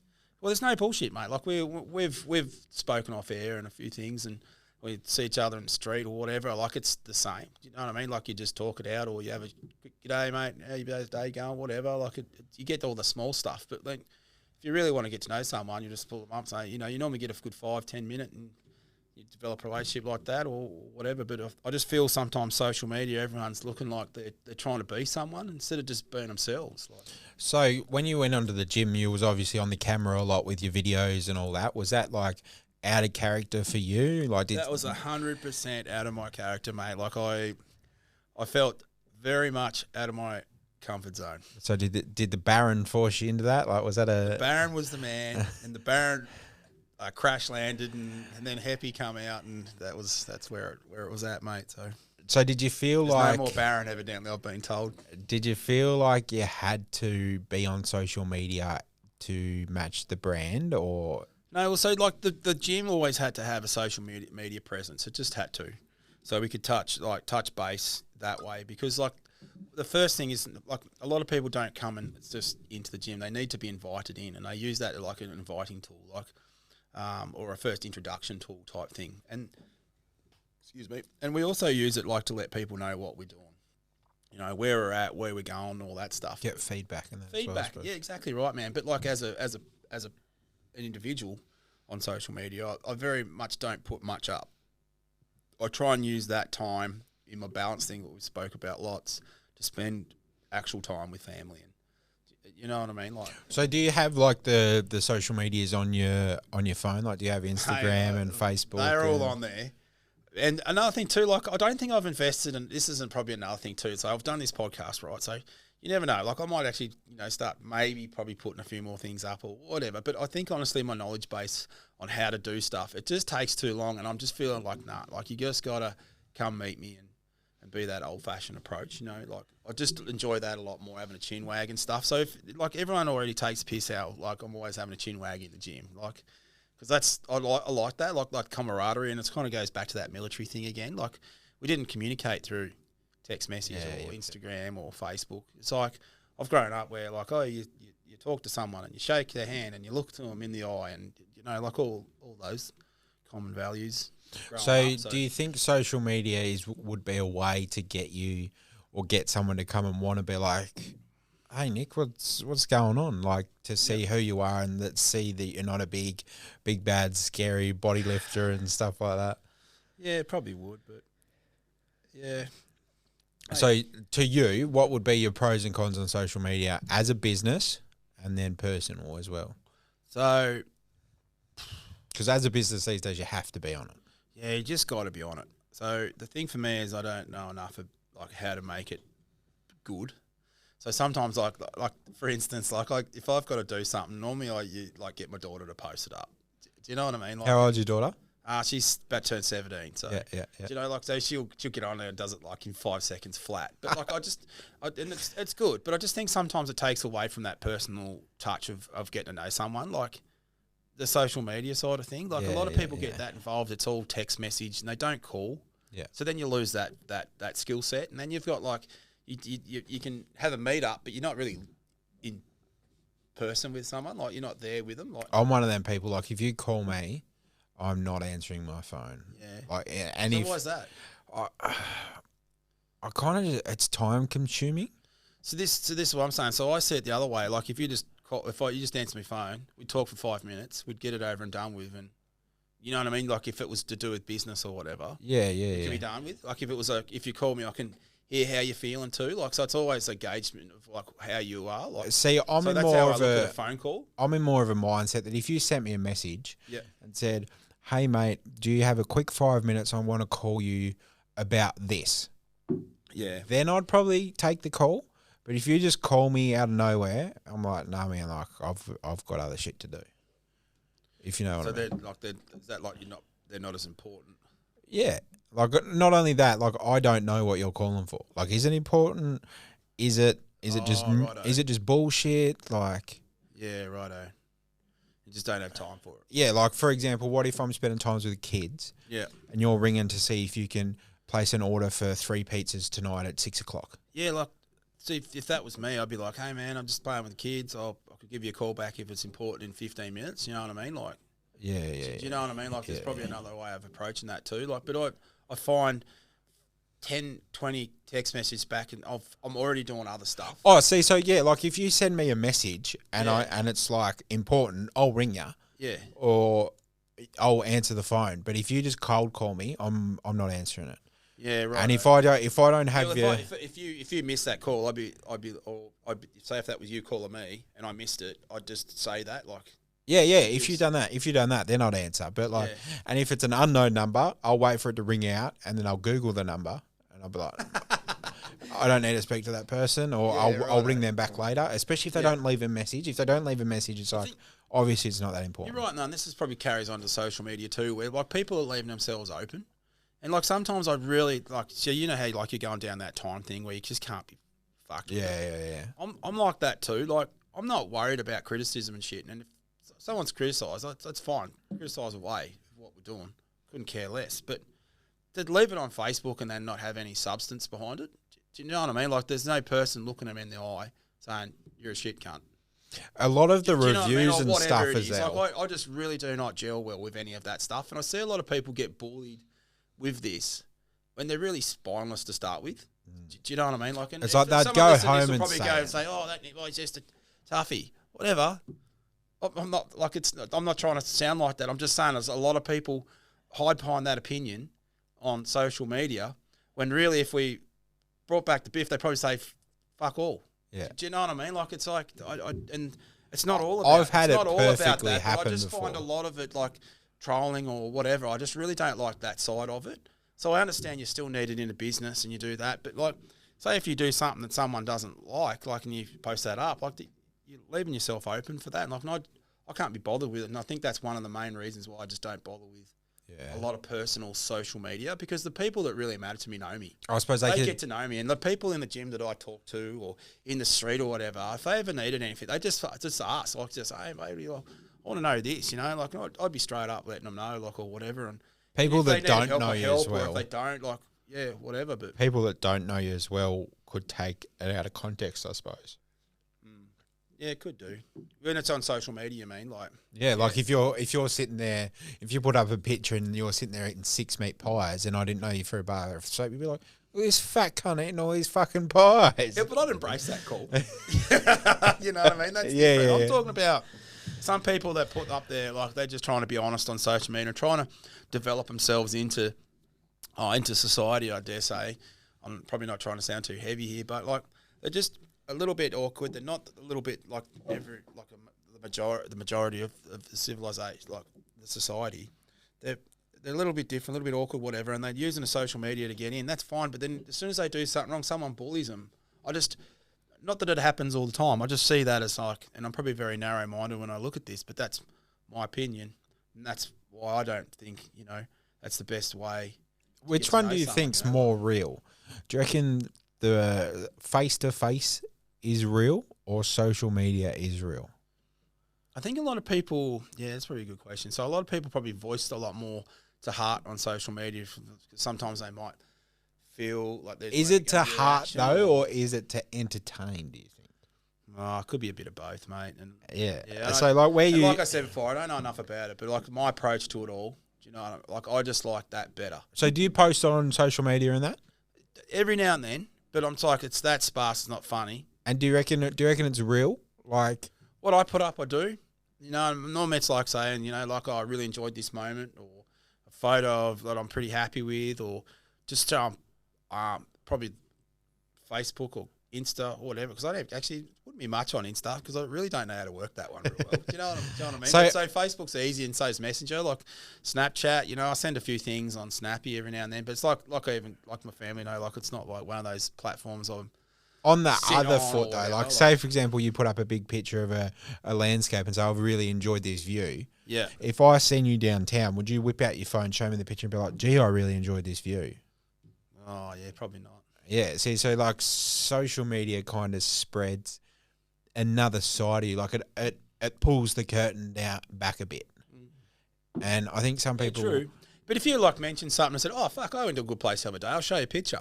Yeah. Do you know what I mean? Like, but that's come from conversation. Yeah. It just wouldn't be one of those things where I'd whip out and go, hey, what's going on, Toby? I've got this picture for you. You know what I mean? Like I would on social media. But, like, that's just saying, like... But then if I seen you downtown, I'd be like, hey, man, I seen you went to fucking Mount Montgomery. Did you have fun? What did you think about it? I brought it up, not a problem. Yeah. I'd talk about But, it. like, if I didn't see it on social media, I wouldn't have brought it up. Yeah, you'd be like, could have been like, oh, what have you been doing lately? Oh, I went to...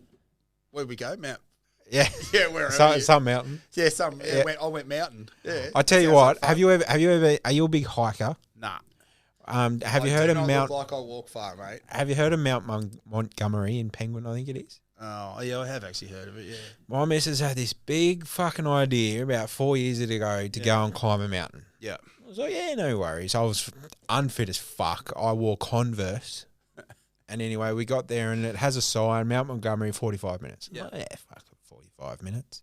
I got halfway to up the track, and I cared so little about what people thought.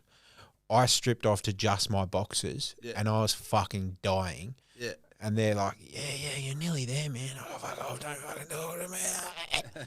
And I was like climbing up there, and then I got to the top, and then she's like, oh, do you think it's worth it? I'm like, no. I could have just looked at a photo, like, fuck that. But then the next day I felt better. Yeah. But yeah, I'm not really a big mountain outdoorsy kind of person. Like, fuck, and snakes and shit, fuck them. Nah, fair call. I don't really like snakes. So what do you... My mate's the snake catcher, though. Which one? Scotty Smith, the Northwest snake catcher. He was number one podcast. First podcast was him. Was he? Yep, number one. There you go. Yep. So do you have hobbies and shit that you like to do outside of shutdowns and spending time with family and going to the gym? Like what? I don't think that really comes to mind, mate. Like I just like tinkering.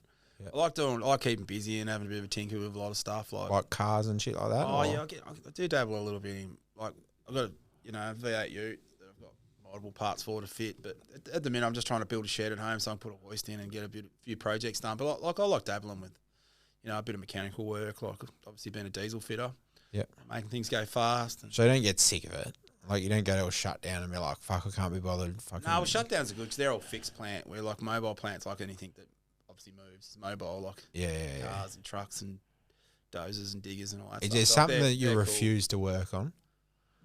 Oh, it's probably lots, but at the minute, I can't really think about it. I really don't like, if I had a career just working on cars all the time, I don't think I'd enjoy that. But when you actually do, it'd be same yourself, shit, wouldn't it? Yeah. So when you actually do something for yourself, you're like, oh yeah, I'm saving money doing this, and I'm doing it, so it's going to be done right. Do you know what I mean? Like, so, but that's not in everyone's case. I could not be a vehicle mechanic. Yeah, full time. Yeah, especially like the service shops, like oil filters, oil every day, all day. If it's a job I had to do, I'd do it. But I suppose money would not be ideal. Mate. Money's money. Yeah, money is money. Yeah, and like you got to look at what you're doing it for. Yeah. Yeah. But no, apart from that, like I pretty enjoy working on most stuff. So, is your hobby going to the gym? Well, it kind of is, but my hobby really is like basically developing the gym. Yeah. Yeah, like I like the development side and so trying to see what we can do next in you know what I mean, and trying to keep it like. Is this your first business? Well, it is, but it isn't. Like I've had a couple that I've tried to get off the ground, but didn't really do well. Like while I was a locksmith, like really, really young. What were they? I did one. I actually tried doing so I tried working out what it would take me to be a locksmith, right? So working for myself, and I just could not see myself doing that. So I didn't really have any passion behind it. So that kind of just got shit canned. Yeah. And then another time there, like I was doing a bit of mining back in Tassie, in between, bit of a story. Anyway, but in between Queensland and Tassie, because I've done a fair few trips backwards and forwards. But I did a bit of like yard work and stuff. Kind of enjoyed that for a couple of real estates and stuff like that. That was pretty cool. But it gets old real quick though, doesn't it? Just you've got certain things that like you're passionate about, and then some that you're not. Like you can look at money and go, yeah, I need it. And there's nothing else available, and you just man up and get the job done. But yeah, like hobbies wise, I really just like tinkering. I really don't like if it was, I don't know, doing something in metal trades or mechanical or building something or hanging a, I don't know, anything like. I'm the same. Like Just got to be just doing something. It keeps your mind busy and you don't get bored. Like my favourite part. It sounds weird, but my favourite part in the pizza shop was when like the fucking oven broke down or the dough mixer broke down or something like that. Because like you got to tinker with it. I became a pizza maker. Yeah. Like I just generally became a pizza maker, and it drove me insane because I just hate doing repetitive shit. Like I always have to do shit, and like some days you'd walk in and the dough mixer would be like in 30 pieces over the fucking out in the back room while they're in there smashing out pizzas, and they're like, the fuck's going on? Oh, the dough mixture was fucking squeaking. I had to get the fucking squeak out. Yeah. And like these people are just in shock. Like they're like, what the fuck? That's not going to work now, man. Like, that's not going to fuck work. Yeah, fuck, she'll work. But like some of the shit's a bit risky. I don't know. You're probably done the same, but like there sometimes I'm fucking around with like 3-phase power and I'm not a fucking Sparky. Yeah, no, I definitely wouldn't touch that. So in one of my mining jobs, I had to work on electric drive trucks. So like you're looking at 1500 plus DC voltage, and I think it was 1200 AC volts. I can't remember now, but like that was pretty crazy. See, but like at work, you'd be like, fuck that, that's not my job. Yeah. But at home, you're like, fuck, I don't want to pay a Sparky to come and do this. Yeah. And We won't admit to any illegal wires, that's for sure, will we? Yeah. So, for example, the other day, my ovens were losing heat in the truck. So I changed the regulator to a oxyacetylene regulator so I can fucking wind her up. Yeah. And anyway, you know, like a barbecue starter. Like Yeah. They had one of them in there. Yeah. And I've wound it up. I've set them all up and I've gone in there in the truck and I've gone, and just as I turned it, it was like, and I was like, fuck, that's too much gas. Yeah. So I've just turned away just before it fired because I was too committed. Yeah. And this massive fucking flame ball came out, singed everything. I'm like, I probably shouldn't have done that. Nah. But it works. But yeah, it does. And I didn't die. Mad scientist type stuff. Yeah, but like, I don't know, I just like fucking around with shit. I've always done it. Yeah, no, I'm definitely a tinkerer, but like, you know. Have you always been a tinkerer? 100%. Like I remember when I was a kid, I got a PlayStation 1 for Christmas and I pulled it apart. And I put it back together and it never worked. Never worked. No. Nah. So that's where I realised I was never going to be a electrician or a bioman, you know, like. Have you ever someone that's into electronics, you know? Have you ever made something better? Like you've put something together. Oh, you've pulled it apart, you put it back together, and you got like 6 bolts left, and you're like, fuck yeah, I've just made this better. I've streamlined it. Yeah, like I've just dropped 10 grams off it. Mate, yeah. How silly are they for putting that in? Unreal. Yeah, no, I've done lots of that stuff, but yeah. No, just tinkering, man. Like I love that, and I'm really enjoying like family time, like, you know, having breakfast with the family and stuff of late, like that's been great, you know, like just waking up, doing things, even just like walking around the house, not even really have anything on, like just having a bit of a chit chat and stirring everyone up, you know, like but just being there, mate. That's really me at the minute. Like I just want to be around it, and I think a lot of those things you can see. That's what I want to do in the gym as well. Like make sure everyone's like pretty happy with what they're doing. Doing shutdowns, does that bring that home as well? Like how much you like being at home? Yeah, 100%. Because I hate being away, so that's why I always do short shuts, and I'll try and drive in, drive out wherever I can. But like, I just need that mental break. Do you know what I mean? And then being at home, I don't have like I really only have to do like love me family, and just participating in what they're doing. Sometimes it's just great. Like, so really are they into the gym and into fitness and the gym and that? Yeah, most of my like my immediate family, like so Keely, she's done really well in powerlifting. I think she's about to get back into it again now. She's starting back up at the gym, so she'll be probably trying for another like a Australian record maybe. See where she goes. I think she's got it in her for sure. My partner, so Haley, she's like into the gym as well. So she's like just getting back into that as well. But we've all had like a bit of a break. Do you know what I mean? And I think sometimes with your passion, you got to embrace your break. And then when you come back, you just got to execute it wisely. You know, like be as efficient as you can with what you're doing. Yeah. Like with what we spoke about off air before, like, you know, like with your programming and things like that, you know, but you got to make it fun. And like, even I think, did you say Frizy said something like, he mentioned, like what he did in 1 year, he could have done in 3 Yeah, months. yeah. So he said And the one thing he. So what it is, I ask every guest, what's your biggest regret in life? And his was that he didn't get professional help. I don't know if it was just a fucking business kick or something. Maybe. He said he didn't get professional help and he wasted, I think it was a year. Yeah. He said where he could have got the same shit for 3 months if he'd done it properly. Yeah, but he also probably had a break in between where he realised that's how he had to do it, and enjoy it again.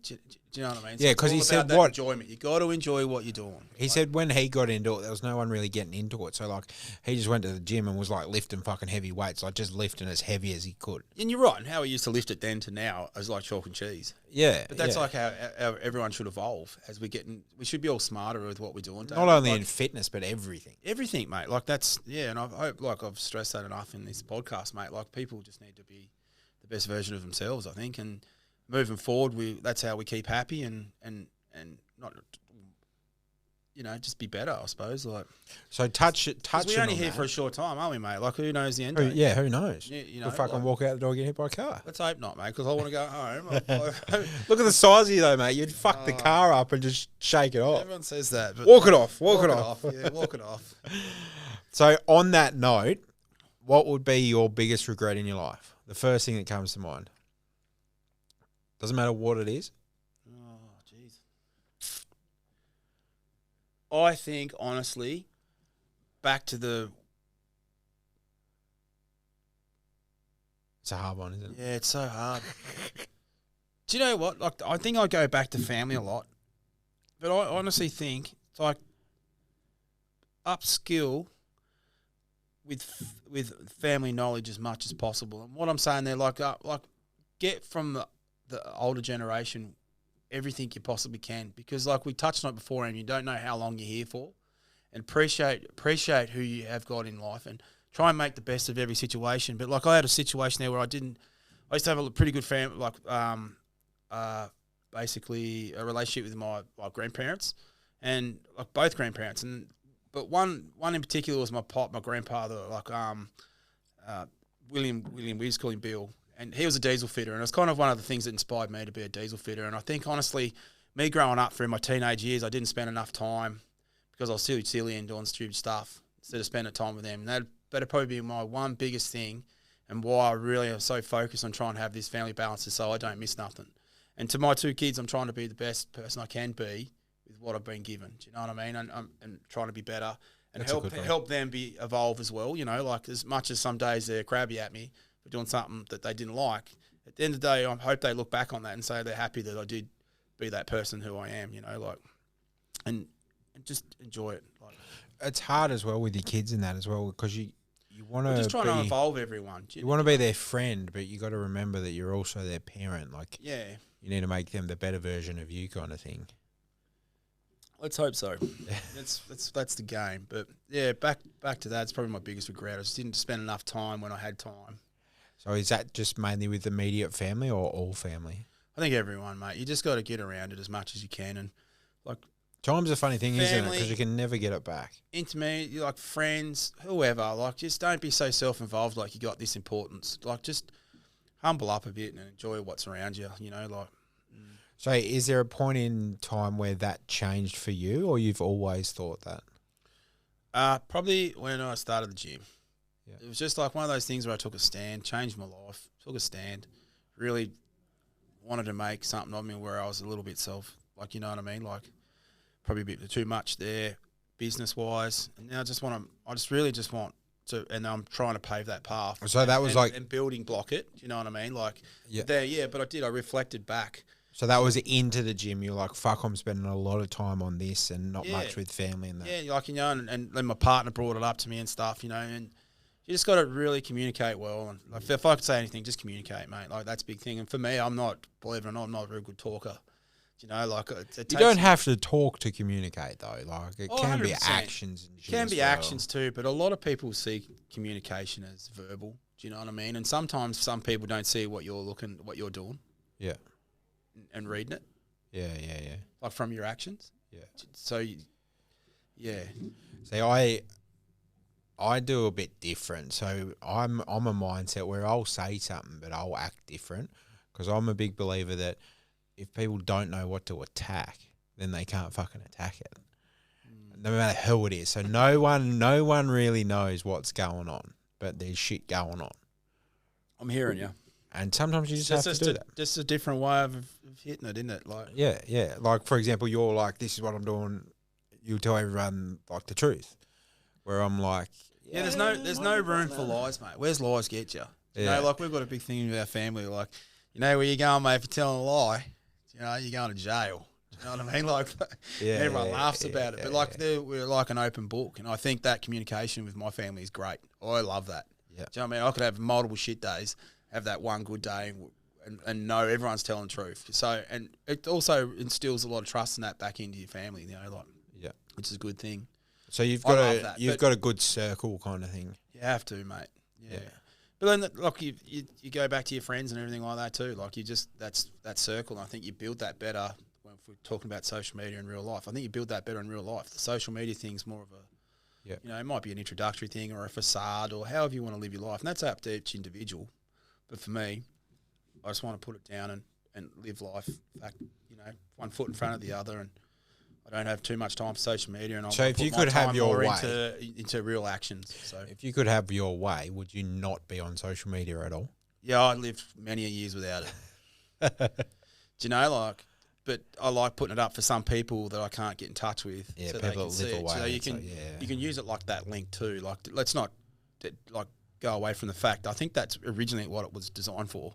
Yeah. Do you know what I mean? It was for allowing people to express themselves or to, which was good. It's fine. It's flipped it now though, hasn't it? But it was more for like communicating. It was a communication tool. Yeah, that's how I thought it was all to keep people informed kind of thing. Type thing, like grandparents and things like that. That were, you know, you would one state to another type thing. You know, that's great. You can see family grow up and stuff. But what I found funny also here a lot in the local circle. There's too much.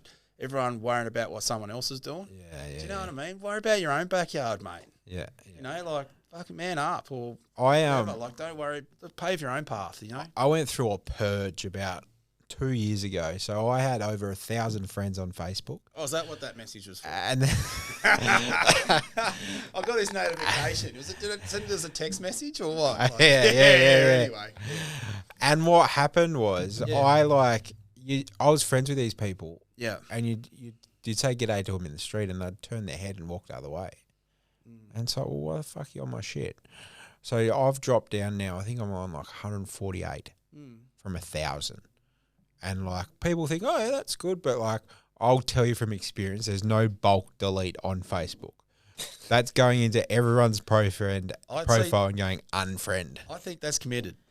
That's committed to make a change. You know what I mean? Like, that's pretty good. Well, that's what it was. Like, that was a big, like, fuck you. I'm going to have my friends on there, my family, and not my fake fucking shit that just want to have me on there to talk shit. So you're going back to that, like using it for a communication tool for when you're out of reach and you keep people updated and stuff. I think that's great. Like, my daughter gets on it and she posts up stuff, and she's intending that for her friends. Especially on shuts. Like, you can see what she's up to while you're away. Yeah. Same as my partner, you know, like my son, he's right into it. So, but that's their generation. Yeah, I just don't want them to lose the fact of.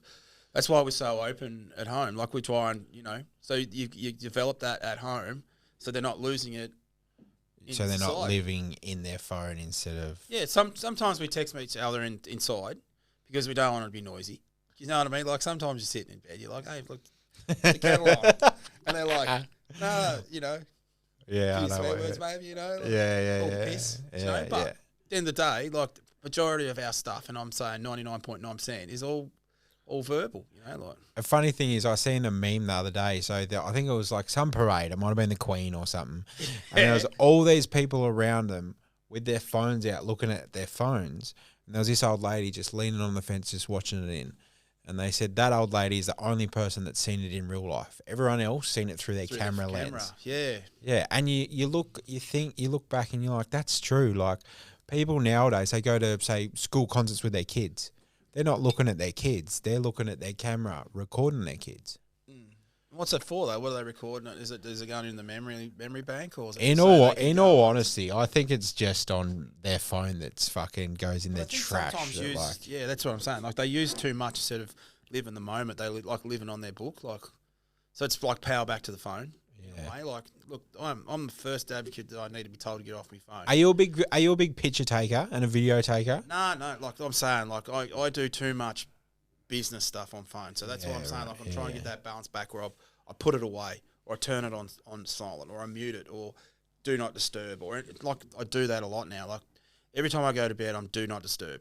Like so, I'll be looking at stuff like on maybe like I might do a bit of a buy and sell on Facebook or something like that, or I'll see what's about. You know, you got to look what's about. There might be some special current events, whiz bang bloody wheelbarrow for sale. Or something, for like $20. $20, it might have a motor strapped to it or something. You know, extraordinary. You got to have a look for it. Like, some shit like that comes up as well. That's what I'm saying. That's what someone had done. They made a homemade wheelbarrow. That's what come to mind. Anyway, look, there's all sorts of weird shit, or I might want some, I don't know, bits for me cars or whatever. Yeah.